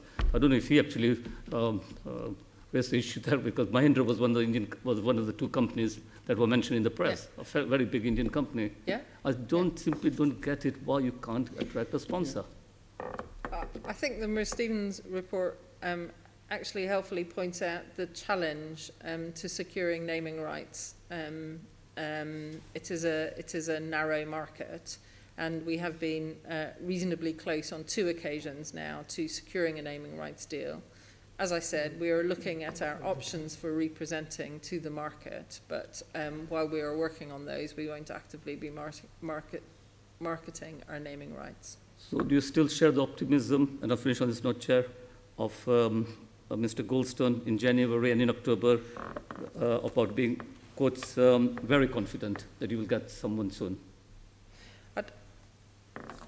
I'm not quite sure of the timing. Well, January, I'm very confident. I do not think there's a fundamental problem. Well, I think in January we were actively in discussion with Vodafone. Yes. And yes. in October, I think David would be reflecting that we are still very confident about securing. October, very confident, positive that with the right partner at the right time. Well, when will that right time ever come? If it comes. As I said, so we are reviewing our options for representing the naming rights for the stadium to the market, but we won't do that until next year, and we are considering it as part of our commercial strategy that's in development for the stadium business. I am very confident, and so this is the third time I'm very confident. Okay. That at a point in time, I'm sure there's been minuted. We will. Yeah, I know. I can see. We'll see on this time. I'm very confident that at a point in time we'll get a naming rights sponsor. I wish you luck, but it just as there's to something when, that I can't figure out. So. It is. We have been close twice, and I'm sure and confident that we'll find the right partner, as indeed David would have been. I think the concern, Gerry, of members is that at a point in time sounds okay, but given the scale of the losses at the moment, and given that this is one of the premium ways that you can make some of that money back, and it's taxpayers' money that is underwriting those losses, a sense of urgency would probably be good. Perhaps I'm not conveying the sense of urgency, but I do feel that it would that we currently experience in relation to the stadium losses. There is a huge sense of urgency, but I do feel that it would be right for us to consider in the round, as part of our commercial strategy, how best to go back to the market. Okay. But in going back to the market, why are you ruling out not going back to the marketplace with a shirt sponsor? I'm definitely not ruling it out. That might well be one of the options when you come to that decision, that you will say, actually, can we try and do a deal with West Ham? Yeah. Because that's the best way forward. Absolutely. Absolutely. Right, okay. I'm absolutely not ruling that out. Absolutely not.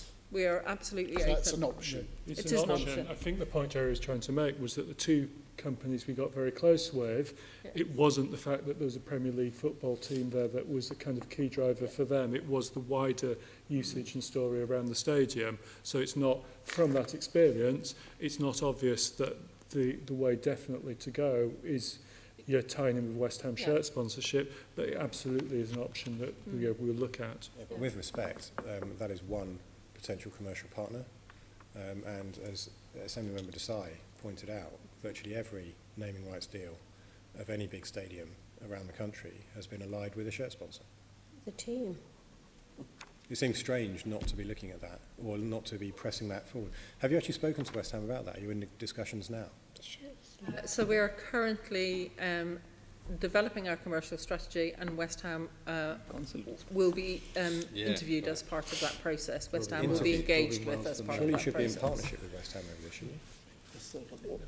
We will engage with West Ham as part of that process. Engaging and being in partnership with different. I think we flogged this. Let's move on. Match days.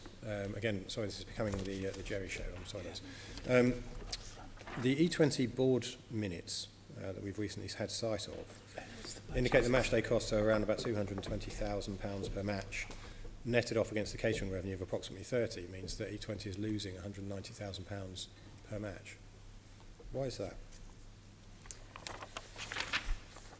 In terms of the level of stewarding, I referred to this previously. When we started operations at the stadium for the first season, there was some bedding in, and there were some security issues, and the cost of stewarding essentially drives much of that cost. Over that first winter of 2016, there were also a number of... So we started off operations with a higher level of stewarding than anticipated, and actually because of the threat level and the security level, because of a number of terrorist incidents, that higher level of security stewarding has been largely maintained. In addition, we had to make additional sort of efforts with heavy vehicle mitigation.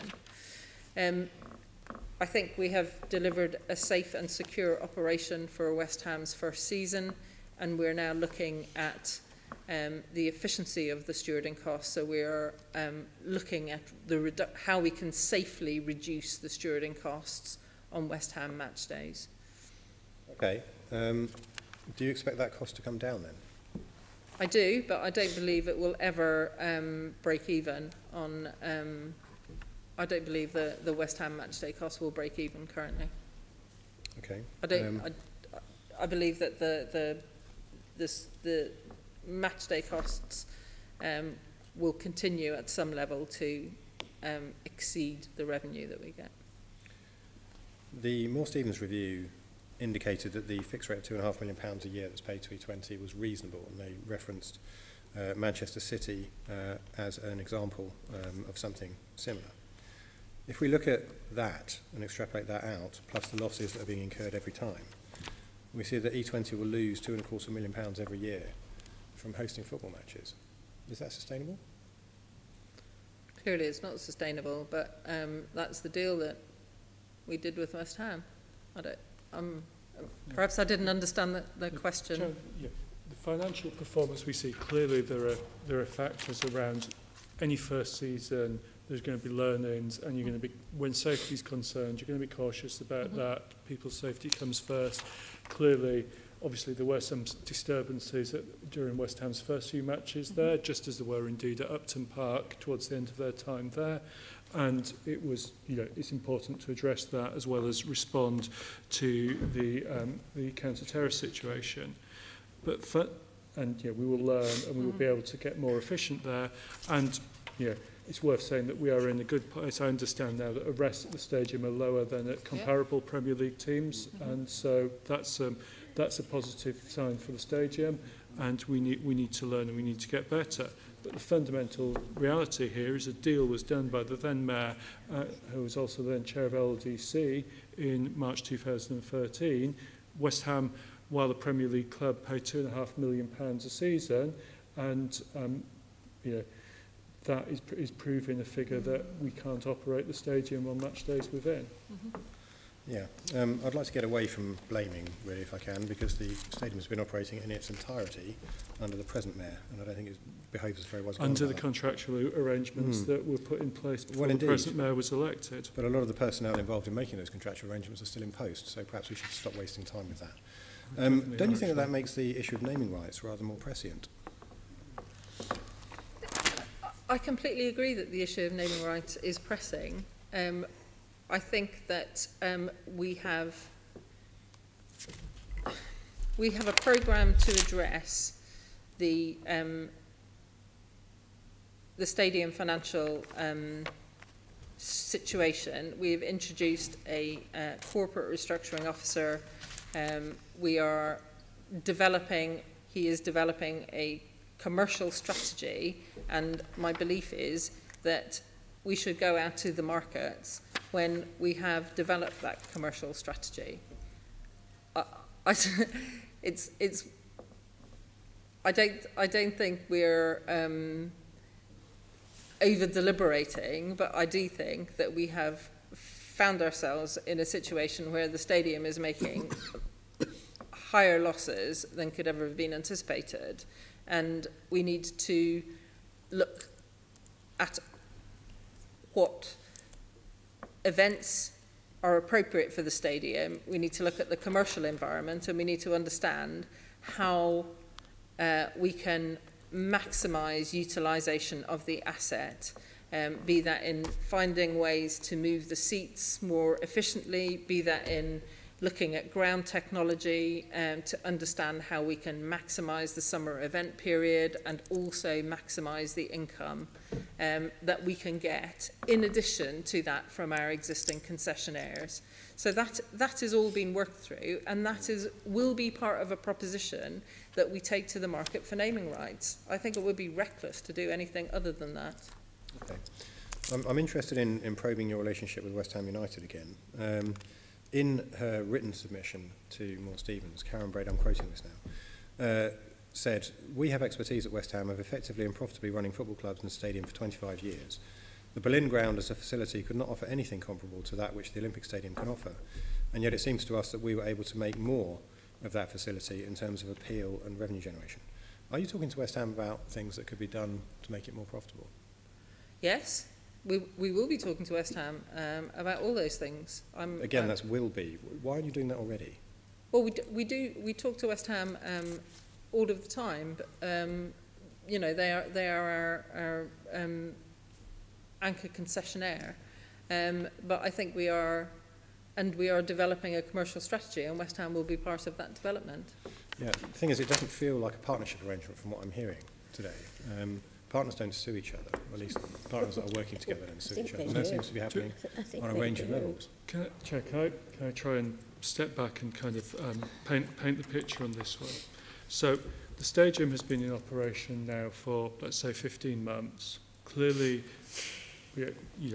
that's been a very financially challenging time, and it's nevertheless been very operationally successful in all the problems we talk about. I think it's important to remember that, and the athletics this summer, went fantastically. Where we're in a position now is the finances, having got through a full year, are crystal clear. The problems are understood. Clearly, the agreement with West Ham is open to different interpretation. I think that's a fair comment to make. West Ham are keen to pursue it from their perspective, and clearly we are considering the taxpayer interest in our stance based on our legal advice.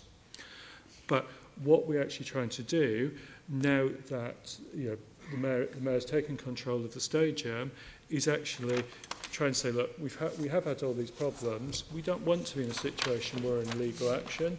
We're comfortable that if we have to, we will defend the taxpayer interest, because that's what we're here to do, and we won't shy away from doing that.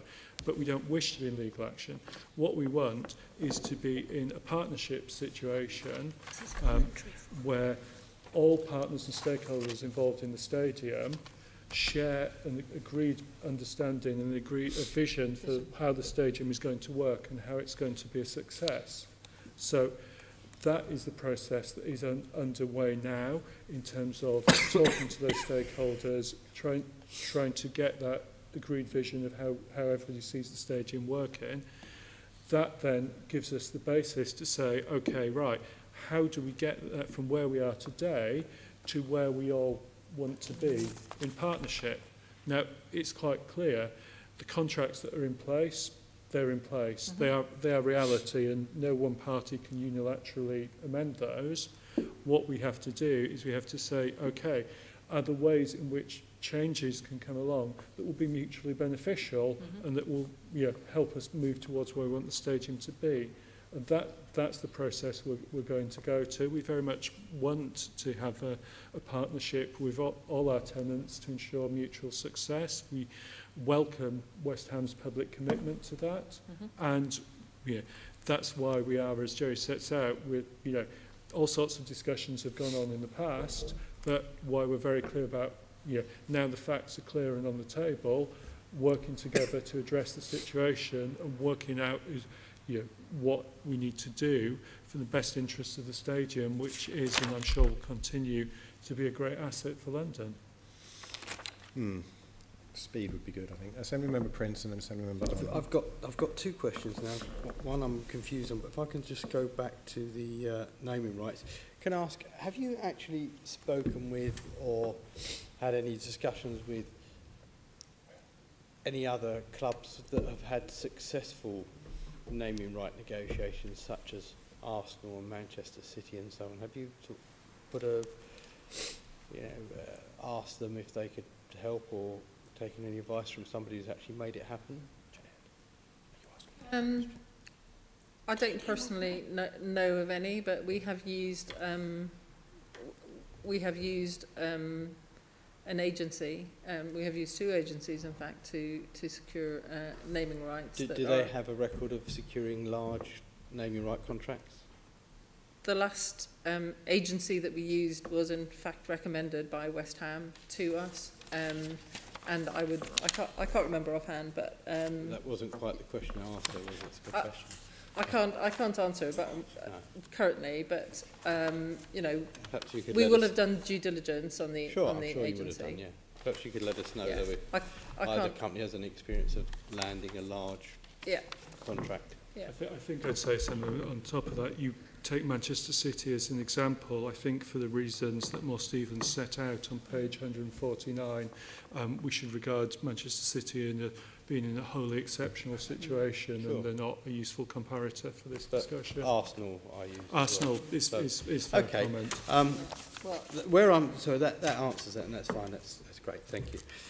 Where I'm now confused is, David, you just said, and I wrote it down, Mayor now taken control of the stadium.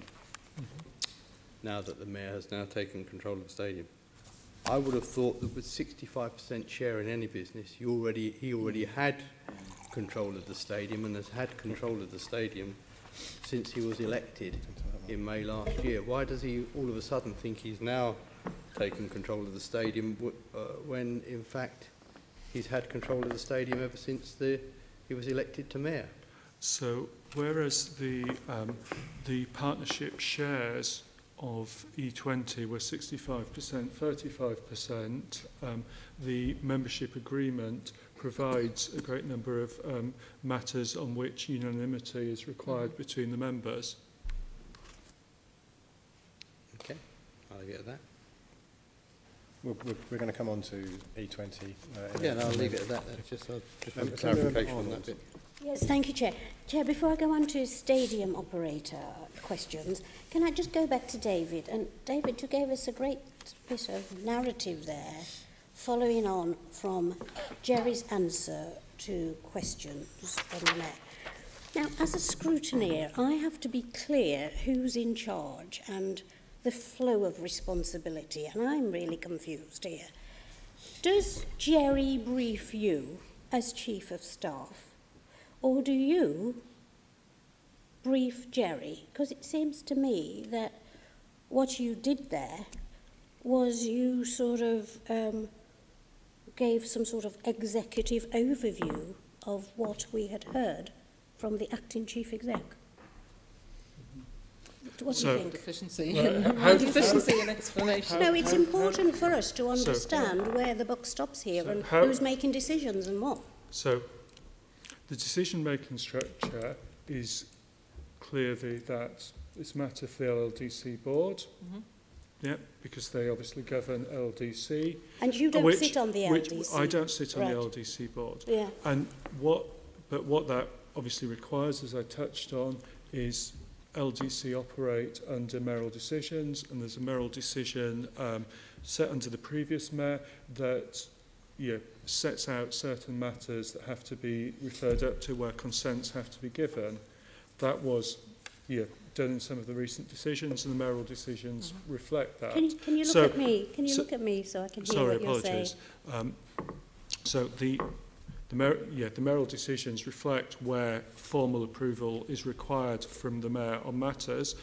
Clearly, beyond that, and this is a very financially significant matter, as we all know, and it's in that context it's very important for the GLA, and with my role kind of overseeing group financial resources, that's why I've been working closely with Gerry and with colleagues to look at options, ensure that we're going in the direction that the mayor would want to see. Okay, I'll stop you there because I'm going to come back to transparency if I get a chance later on. Merryck, in your report on page 110, you've got it in front of you.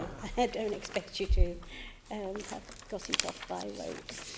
In 120, you say in there that LS 185, this is the stadium operator, has yet to prove itself as a commercially astute organisation capable of identifying and exploiting income-generating opportunities.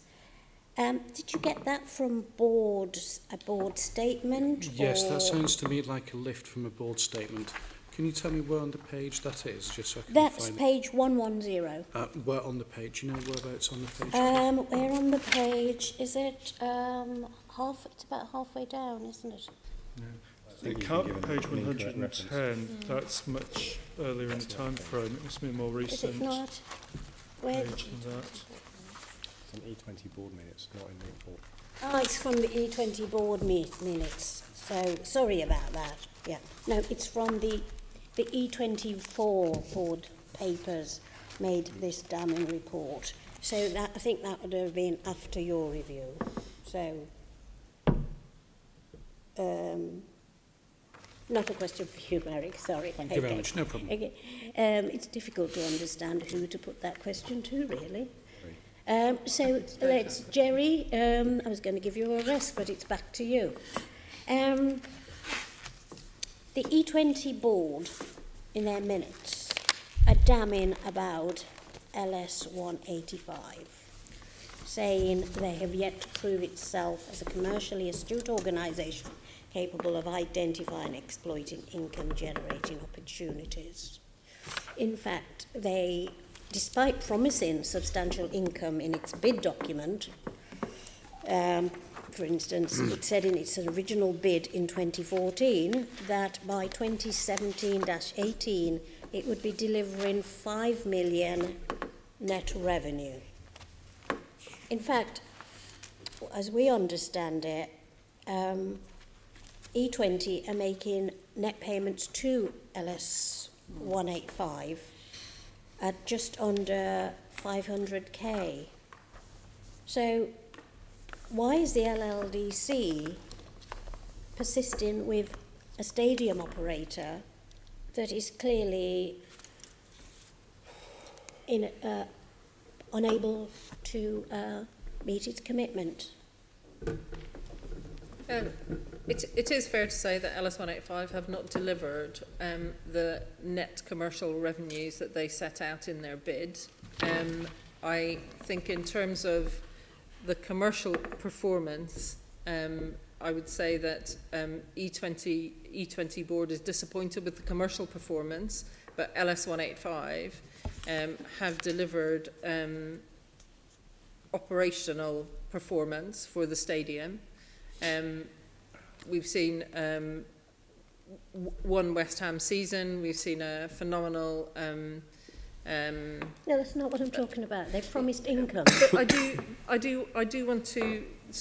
I just want to stay with the income. You said that the E20 board was damning about LS185s, and I do want to differentiate between their performance as an operator, i.e. the safe and the safe and excellent performance of their operation, versus their financial performance, which is disappointing. So I think...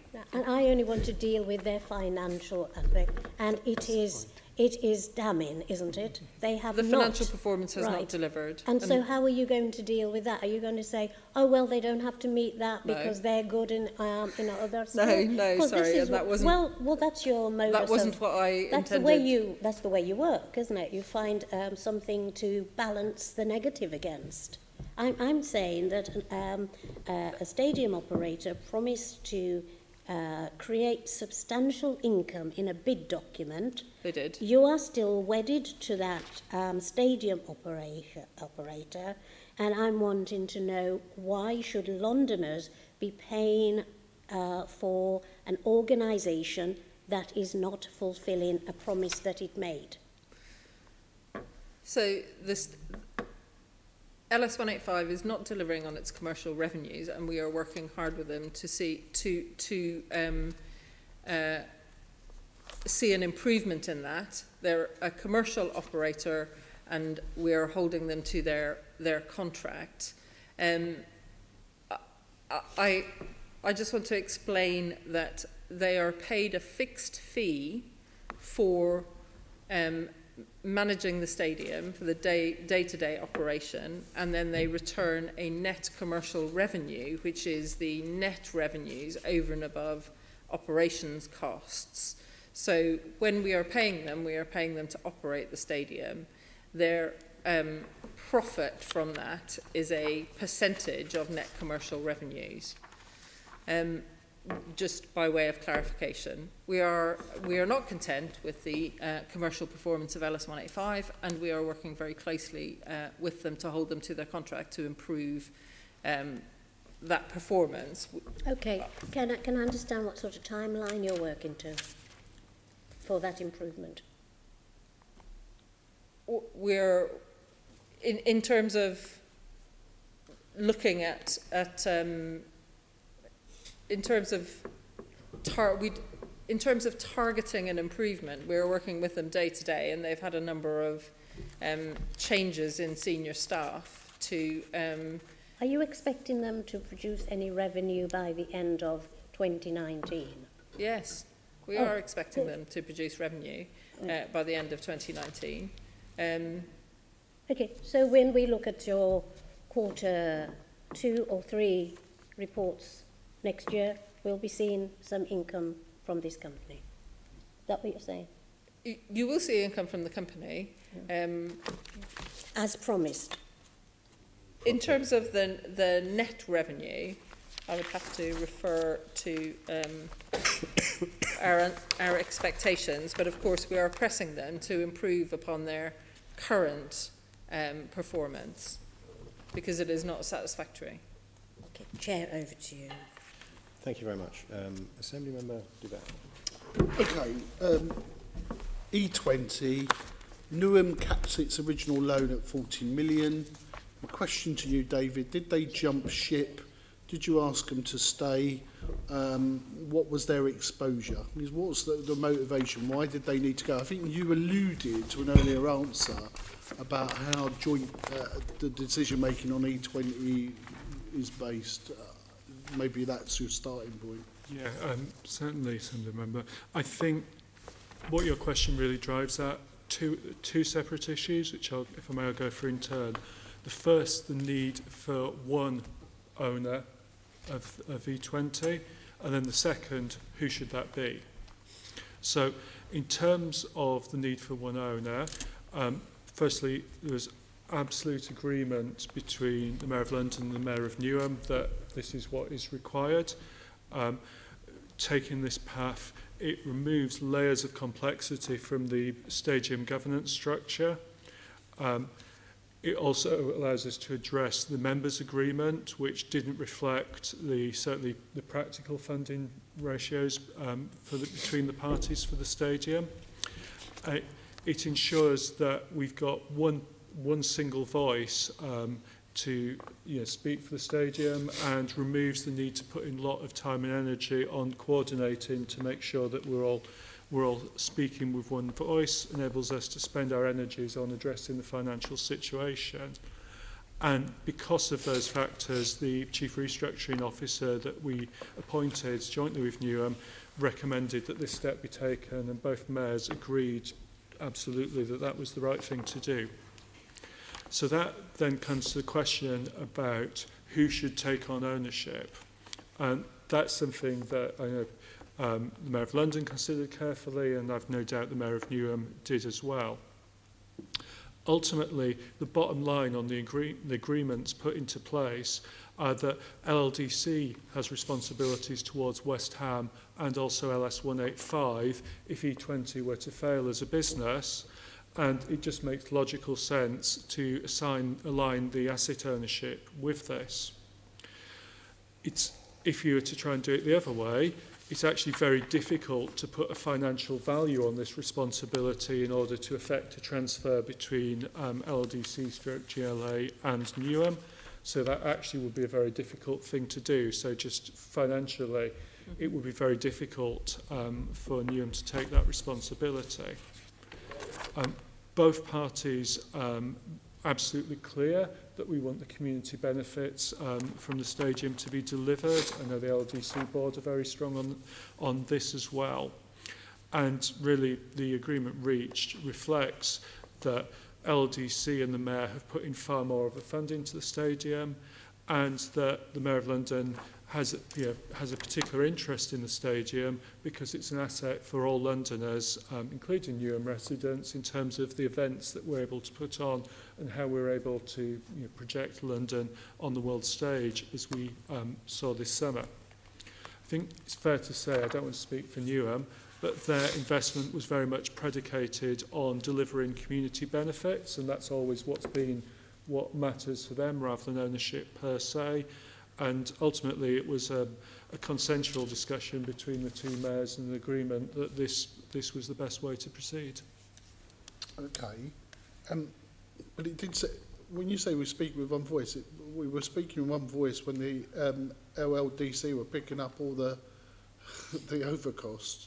So that's quite clear in that arrangement of E20. Right. So but coming back, so in terms of the future of E20, do we need, in terms of that vision of one single ownership, a delivery vehicle, could be E20, could be something else, what's the plan? Or, is it just going to be, we still use E20 because that's the way it is, we've got people on E20. When the mayor says he's taking charge, I think he is taking charge through the LLDC, but is the mayor going to actually take charge and put his people on the board rather than the LLDC? What are we talking about? What's the structure look like of this ownership? And what's the thinking of the use of this delivery vehicle for the future of the stadium? So I'll start with that, and Gerry, if you need to chip in any more detail, please do. So E20 is now fully a subsidiary of LLDC. That's a result of Newham's withdrawal. Can I just point out, it did feel like that before, even though Newham was sitting at the table, they were like a junior partner. They may have had different voices, but it did feel like it was that we were I think the colleague said earlier, I've got to come back and say, it felt like we were the majority owners of this stadium. So Is that not fair to say? The contracts are set out as the contracts are set out. I think sometimes what may give you that impression is that a lot of times E20 unanimously would ask LLDC officers to do work on its behalf. Indeed, E20, which has a very small number of staff, it's not a big organisation because that's what the stadium operator is there to do, to operate the stadium. But the small number of E20 staff are actually based physically in the LLDC offices, albeit obviously those are based in the Borough of Newham. And so I think that's sometimes where it comes from. If you're reading through the history, there have been times in the past where Newham officers have led on certain matters, but a lot of the time, be a unanimous agreement by E20 boards that particular actions would get taken forward by LLDC staff. And so I think that's where that perception comes from. In terms of E20 as an organisation, legally it's a partnership. Now, we are in a place where it is constituted appropriately at the moment, but ultimately it's controlled by LLDC, just one organisation. So we are going to need to review whether it's appropriate to continue with that corporate structure or not. Obviously what matters to the mayor is not the corporate structure per se, but the success of the stadium and all those who use it, and that's where the focus is. In terms of your other questions about the board and about governance, we, as you know, a new chair of LLDC was appointed last, I think, June. He asked the mayor for kind of 5-6 months to get his feet under the desk, as it were, and get familiar with the current board and what was required from the board. Having got through that, we're now in a process of looking to appoint new board members. The terms of existing LLDC board members expire at the end of March. Clearly, some, in the natural course of things, some board members will remain, others will move on either because they wish to do so, or it's just good practice to refresh the board, bring on perhaps different skills. And that's the process that the LLDC chair is starting to lead at the moment.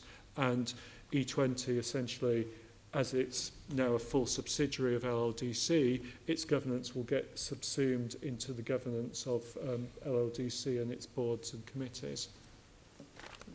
Thank you. Okay. Moving on, Mr. Clarke. Welcome back to the meeting. I hope to welcome you all back at some point. Gerry, you can take a rest. I want to talk to you a bit about capital, because the LLDC is going to be putting in substantial more capital funding into E20 over the next few years. £21.1 million in the forthcoming financial year, followed by 28.9 million in 21-22, or up to 28.9 in 21-22. The transformation costs of the stadium are over, they're finished, it's been paid. What's this extra capital money going in for? That extra capital money is going in on, in a way, worst case projections of the future deficits that E20 will make if we don't do any of the things, many of the things we've been talking about this afternoon. And the injection of working capital is capital spending. So at the moment, we've got an LLDC draft capital spending plan that's not painting a rosy picture of E20. Okay. Because we know at the moment that so that's where that's the sort of the numbers, slightly worst case. But we don't, in the GLA, we don't look at the stadium in isolation. We're looking at the whole of LLDC's capital requirements over the period. And at our last meeting... Can I just ask you to pause there, just to correct my understanding? Because this is money going from the LLDC into E20. Yes. And E20 run the stadium. Yes. The LLDC look after the entirety of the Olympic Park, which I understand. This is money going from the LLDC to E20, is it not? Yes. Okay. So looking at what you've just said then about the park in totality doesn't really apply to the capital money that I'm talking about, does it? Well, there isn't a separate source for that capital funding. The source for that capital funding is like the source for the whole of the LLDC, which... Yes, but it's paying the money from the LLDC to E20, and E20's responsibility is the stadium. Yes? Yes. Okay. So what are E20 going to be using £20+ million of capital money per year, escalating up to 28.9 in 21-22 on, given that the transformation costs are done? No, it's capital in LLDC books. It's to fund the forecast deficits on E20. Right, so it's to cover the revenue losses that E20 The revenue are making at the losses. moment. And I say, and those revenue losses are before some of the measures which we've been talking about today, which, if do come forward, shall we say, as we expect and are successful, as we hope, will reduce that requirement. Right, so it's worst case scenario then. Yes. So it's basically the LLDC plugging the gaps in E20's operating losses. Well, as the owner of E20, it has to plug the gap or E20 ceases to be. So capital money is usually borrowed, isn't it? So there's a revenue cost to the GLA for doing this, presumably? Yes. So at the present, the cost to the GLA is the interest foregone, because otherwise we'd be putting that money out of the money market. So that the GLA has cash, and so day to day, that's invested in a school school means. So therefore, if it's not been invested, it's been given to the LLDC. We've lost that interest earning capacity. I understand that. Yeah. So is this a loan or is this a gift? Well, this is what we covered at the last meeting. At present, the GLA has provided LLDC with a drawdown facility, which we charge at prevailing long-term PWB rates when they draw it down. And what we spoke at the last committee is, and I think it was your next question, is how much further can you go? I think you used this word, have you maxed out the credit card? And I did explain we were doing work to establish a cap on how much the GLA can prudently lend to the LLDC, and we'll be reflecting that in the budget consultation paper that we're coming out next week. So is this lending to the LLDC then? Yes, at the moment, all of the LLDC's capital spending is financed from a loan from the GLA to the LLDC, which they then repay when they generate the capital receipts from the developments they're doing on the park. But what will happen in future, the GLA won't be able to lend the maximum that the LLDC would maybe want it to spend over the next 20, 30 years on its current plans, and therefore, if those activities are going to go ahead, the GLA will have to give some direct form of funding. Okay. This time last year, the forecast level of capital receipts over the next sort of 20 or more years from the LLDC was in excess of a level of the loans. But since then, we've had the deficit on the stadium, which, as explained, gets funded from a capital source. Plus, we reviewed all the forecasts for house price inflation and tender price inflation, and therefore the cushion that gap gave is diminished. And therefore, it wouldn't be prudent to fully loan fund all LLDC's capital expenditure on the expectation that future capital receipts will be sufficient to repay it. Okay. Is that a long way of saying we're not going to get our money back? No, the opposite. At the moment. The opposite, because we're going to cap how much we will provide in a loan. Yeah. But it will mean direct expenditure from the GLA. Yeah.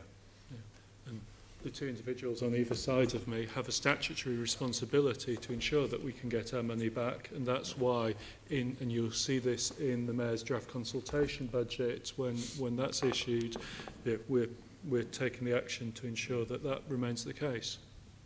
Well, clearly, I don't want to lend more money than the forecast of receipts, future receipts will be, and you have to have allow some margin of risk, because you talked about events that will happen over a number of years.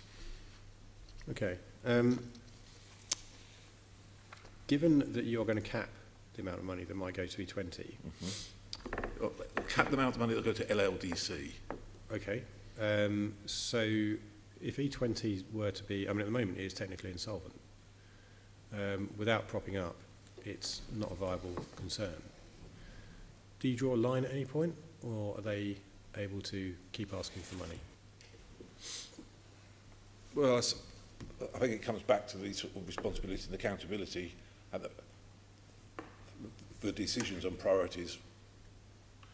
You know, where a finite sum of money from the GLA would go is an LLDC decision.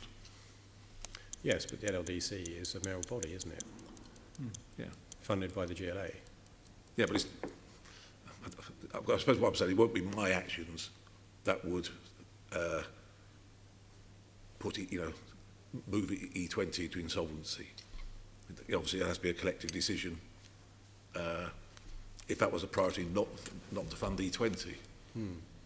Yeah, I'm just wondering how far it goes. That's because we have the trouble that we've had with the whole legacy project is that assurances that we have received as Assembly members, and this committee in particular, about costs, whether it be for retrofitting the stadium or anything else, always seem to be underestimates.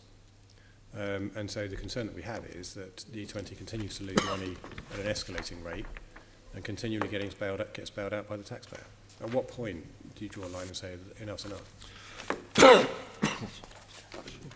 Well, I think I don't disagree with that analysis. It is,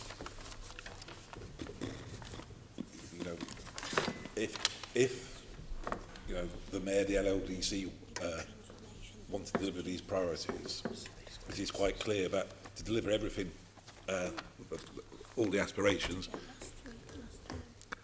cannot be funded from resources that the LLDC can generate themselves. So, like other bodies we fund, like museums, etc., there will be. If you want to maintain it, there will be a direct cost. So what you will see in the consultation budget is two things. Firstly, as Gerry has said, we're taking a very prudent view in terms of the stadium and assuming that it's going to lose more money than we expect it to, because we're urgently cracking on with a range of measures to try and address its financial performance. Yeah, regardless of that, we've been prudent putting fairly worst case numbers into the budget, and in the consultation budget the Mayor will set out the approach we're taking to ensure that LLDC is funded to the extent necessary to deliver his policy priorities. That's interesting. I think we'll probably explore that point. I think we'll be back on that in January. Yeah. Yeah. Yes, you've anticipated me in time. Assembly Member Prince, and then we're going to move on. Yeah, thank you. So basically, what we're saying here is that we're running out of headroom, i.e. the asset base of the LLDC, which supports the borrowing, is reaching its maximum. And Correct. thank you. And the problem we have is, of course, and this is no criticism because I support the Mayor's right to have policies and policies of his choosing, but we have a real conflict here on the park, don't we? Because the value of that asset base, a lot of that is dependent on the Mayor's policy in relation to affordable homes. If the Mayor was prepared to allow development on the park with a lower affordable home element, then that would increase the asset value. Of course, the higher the affordable element that the Mayor insists upon, which, you know, I support his right to have that, of course, devalues the asset base. Would you agree with that? Yeah, I think I would agree, and that's why it is a decision for the Mayor and the GLA to take is, what other funding will be required at the moment. Affordable housing across the capital is delivered by public subsidy, by affordable housing grants. And so in a way, this is just analogous to that. There is an option for the Mayor, isn't there? And that would be to use other funding that is used to increase the affordable element of developments to cross-fund the developments in the park, although it would be a subsidy, that would enable him to have what he believes to be a reasonable level of affordable without actually damaging the asset value that we have in the park. And the other point, of course, is that it does mean at the moment, based on the figures that we have, is that headroom or that moment of reality when we no longer have the base on which to support the borrowing, and as you quite right said, David, although you're sitting there, the guys either side of you have a legal responsibility on this, we will soon get to the point where we can't lend the LLDC any more money and we actually have to gift them money as a mayoral choice. Well, yes, but there's many ways that can be done. It can be done by allocating affordable housing grants to housing developments on the park, and that's something that will be looked at. It could be providing the LLDC with further annual revenue subsidies so they can build up prudent provision to repay debt, or there could be direct GLA funding of some of those activities, and that's what we've been looking at over the past few months. And our proposals, how we're going to manage, there is insufficient future capital receipts to fund the capital spending, will be set out in the budget papers, which will now be going through over the next 2 months. I think the one thing I would say to add that is that, yes, what the Mayor's proposing is clearly different plans for the use of that land, which obviously has financial implications. I think it's fair to say that for all the work we've done, post-Brexit, looking at house price inflation, looking at tender price inflation, we don't in any case feel that the assumptions that the previous plan and the previous mayoralty were based on necessarily stand true anymore. And so, regardless of policy, there are going to be some changes. And just as a point of theory, clearly the income that one will gain from development on the site is very much impacted by people's ability to pay. And a model which has more expensive housing is very much at the risk of the state of the housing market and whether people are able to do that. Okay, the mayoral press release, this is for you, Mr. Bellamy. The mayoral press release that accompanied the Moore Stevens report, the fourth bullet point down, states the Mayor agrees deal with Newham Council to take control of the stadium in order to renegotiate deals and minimise ongoing losses. Which deals is the Mayor planning on renegotiating? So what we're looking to do is, as I say, work with all partners to set out, get an agreed vision for the future of the stadium, and then start working together to deliver that and get the financial benefits for that. It's clear that no partner is going to renegotiate a deal to their own detriment. Why would they do that? None of the organisations we deal with here are charities, clearly commercial entities who will put their interests first, as one would expect. And so what it's about doing is about working together, finding out how the stadium can be better for those who use it, and finding ways in which the changes can be made to deliver that bring benefit that can be shared between the taxpayer and those using the stadium. How likely is it, do you think, that partners will be willing to renegotiate deals?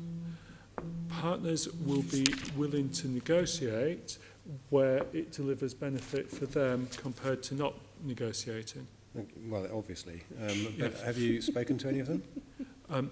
Our Chief Restructuring Officer speaks to them very regularly. That's his job.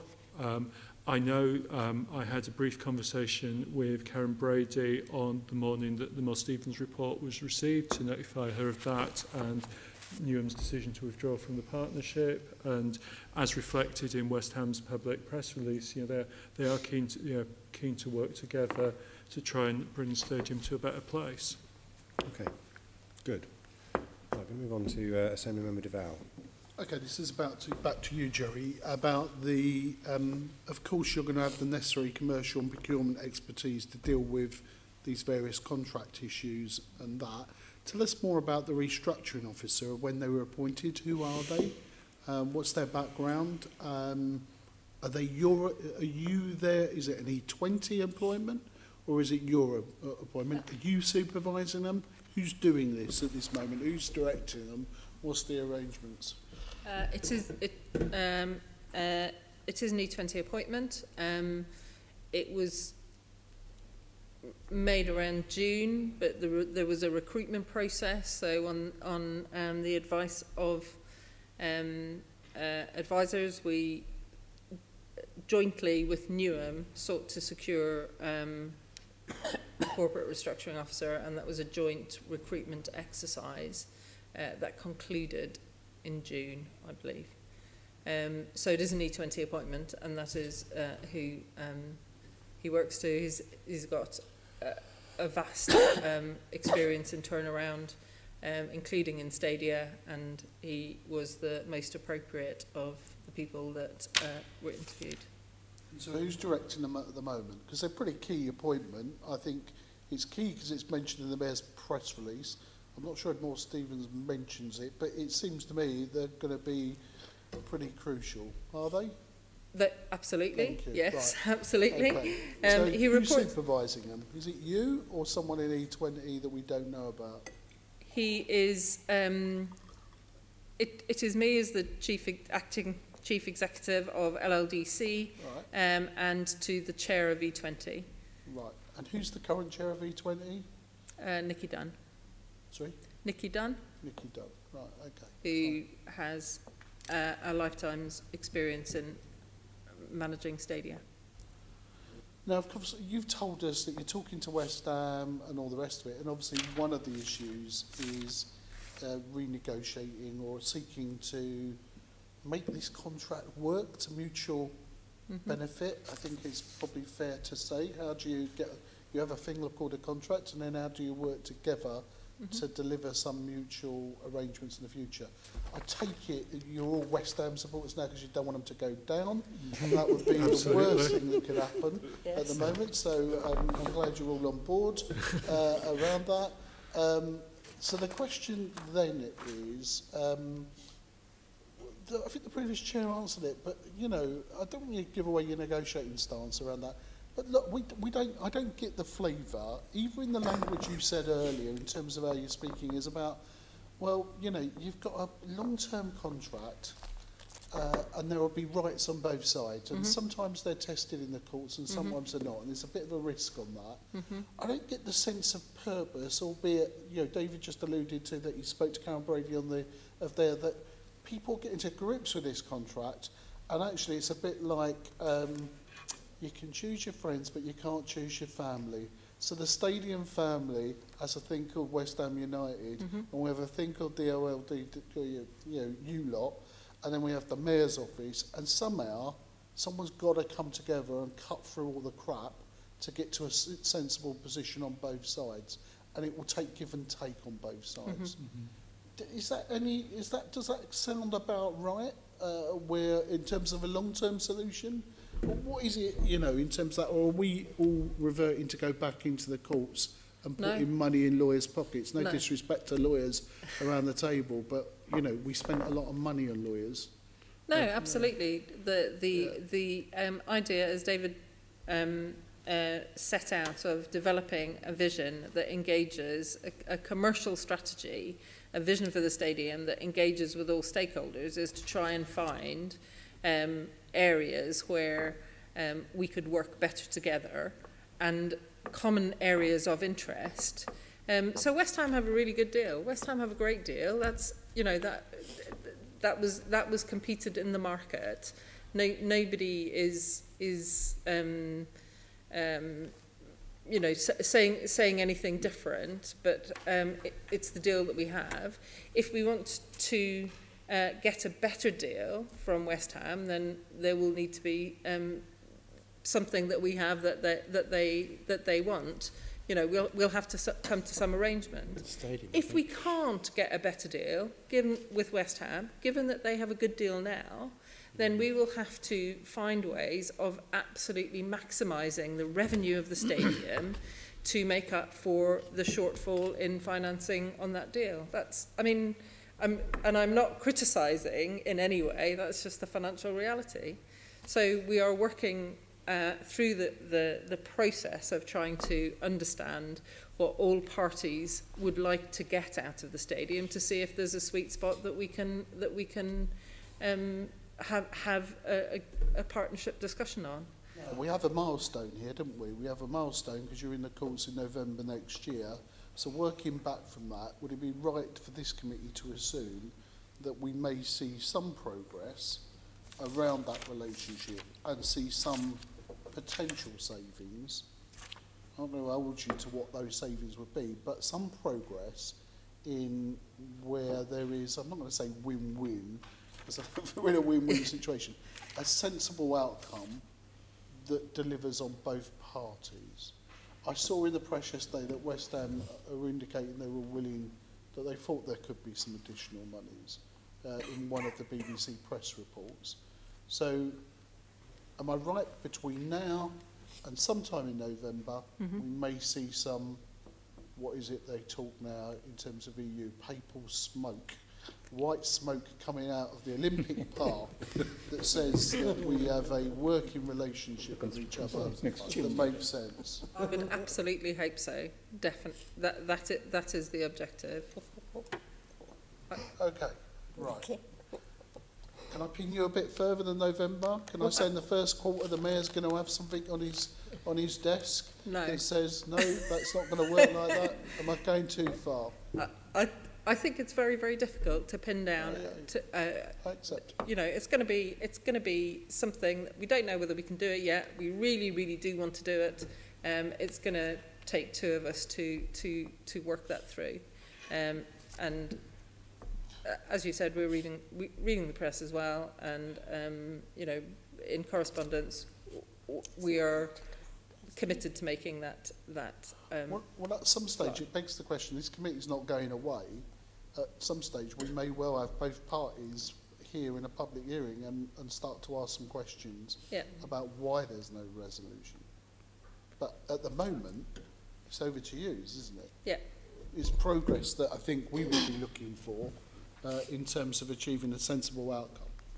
I'm not sure who it was that compared the Olympic Stadium to the Sistine Chapel, but it's an interesting comparison. Just one point before I pass it over to, we're going to move on to another section in a moment. Nikki Dunn, you said has a lifetime of experience in managing stadia. Where? Without being able to recite, but in London and in, I mean, we can. Should we write to you on that? I'd just Yeah, be we can interested to see supply her with back history, because I'm completely unaware of it. Nikki's involved in arts and cultural developments in Belfast and London.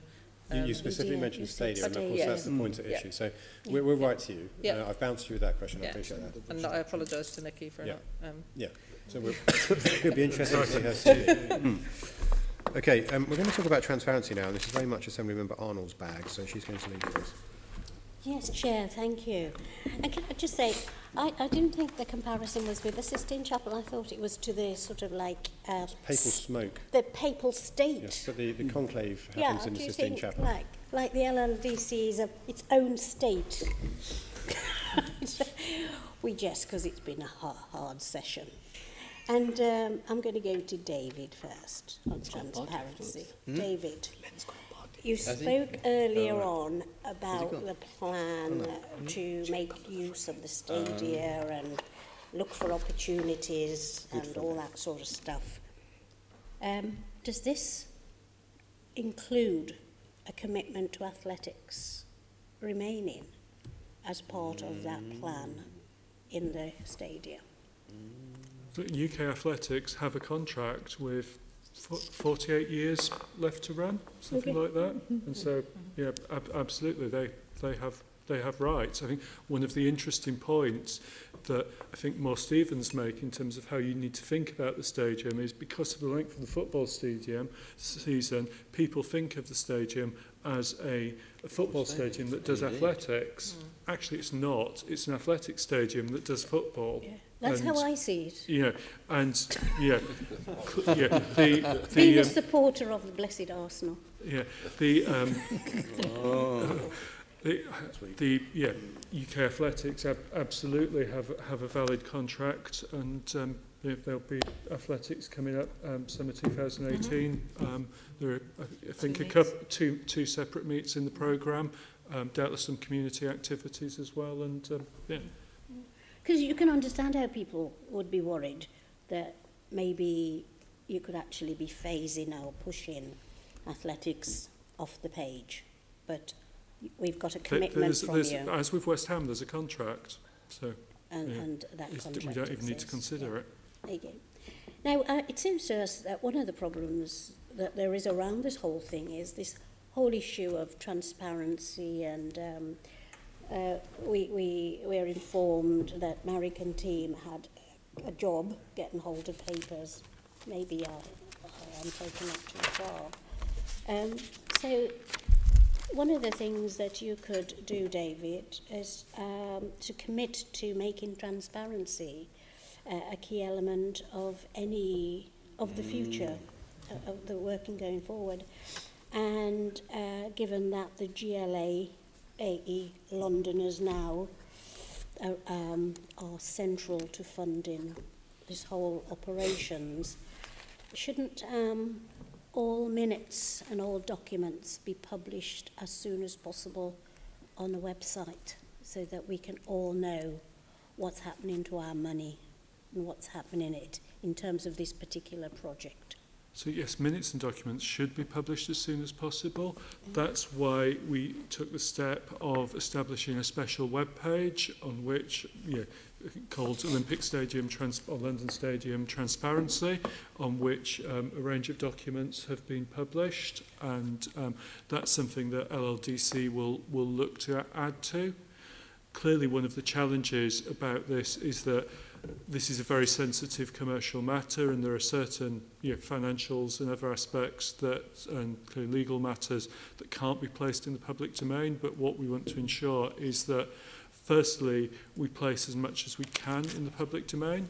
Yeah. Secondly, that we're transparent about the progress that is being made. And that, thirdly, when matters that were previously necessarily commercially or legally confidential are resolved such that information no longer need be confidential, then the LLDC should publish that. But in terms of how Londoners' money is spent, that's not a matter of confidentiality. That's about how it's meeting mayoral priorities and then the accountability framework around that. So whereas in the past E20, because it was in partnership with Newham, and you could say, well, there would be sensitivities there. Now, E20 is owned by the GLA. So what would be the confidentiality issues there about getting minutes, future minutes of E20 online or their meetings? I don't know if there's anything you want to say about the governance I just changes. think we can do that in the same way that for all of our LLDC boards and committees, there are elements in the public, as much as possible in the public, but there are restricted papers in private where they deal with commercial issues. So I think that could, I think that could be arranged, but I think that would, it would be public and private papers, and private papers that deal with commercial issues would remain private until they're no longer commercially sensitive. Well, they haven't been made available up to this point. Yeah. Are you saying that they will be made available? Can I have that commitment that they will be made available in the future? The minutes that you can post, you will be posting. So as we change the governance of E20, now that it's wholly owned, and we're a week and a half in, wholly owned by LLDC, then if we change the governance structure so that it's effectively run as a committee of LLDC, then that will fall out in the same way as you get transparency about any other LLDC committees, same as you would any TFL committees. Those processes absolutely will follow. Yeah. And where there's information, as I say, that historically was confidential, but now with the passage of time and circumstance no longer is, then we want to try and see if we can make that available as well. And then lastly, will all appointments to this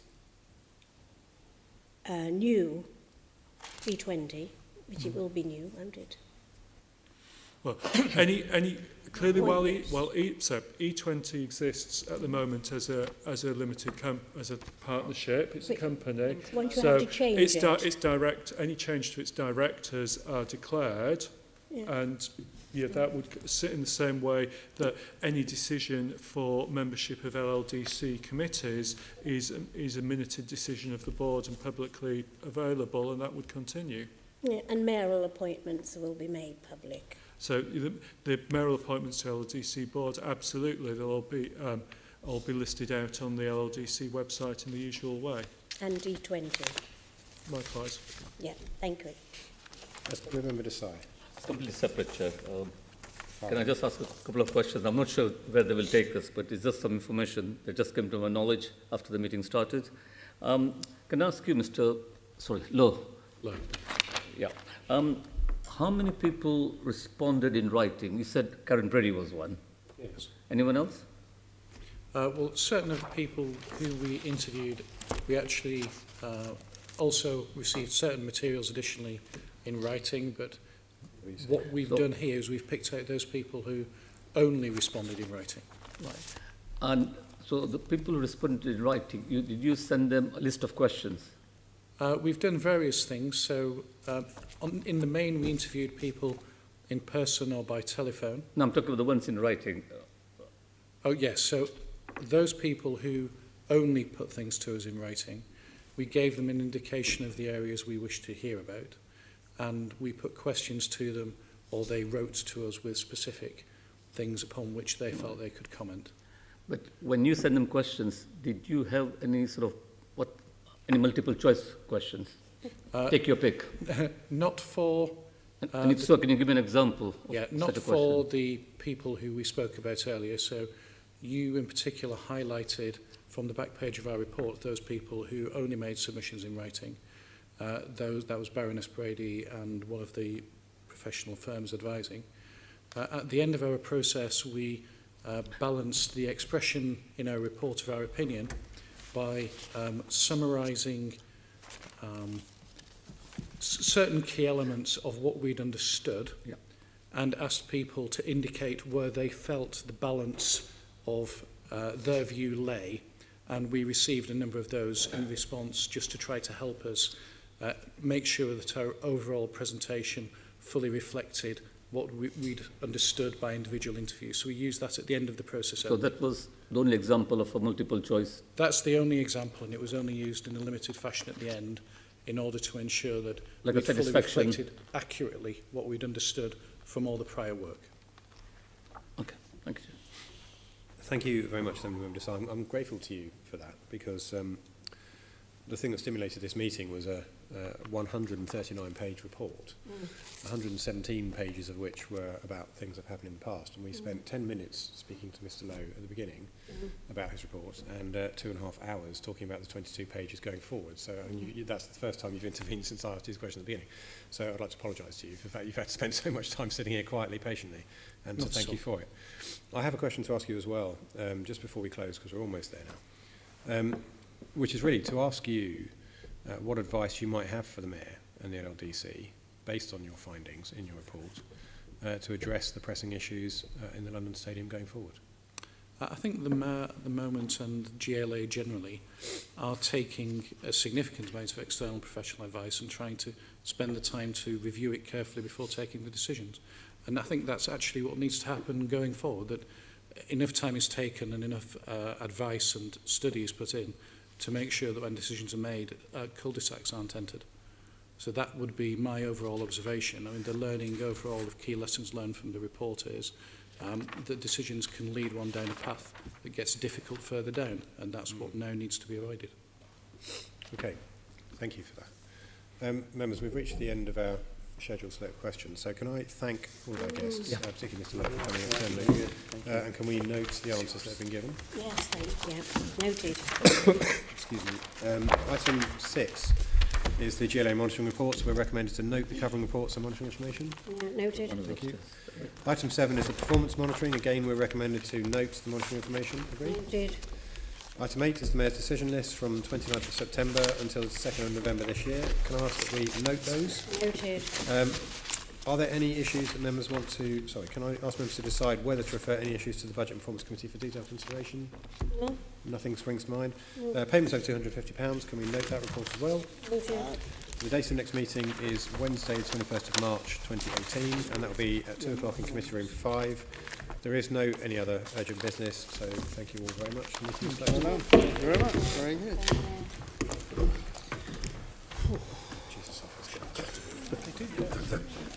GLA Chamber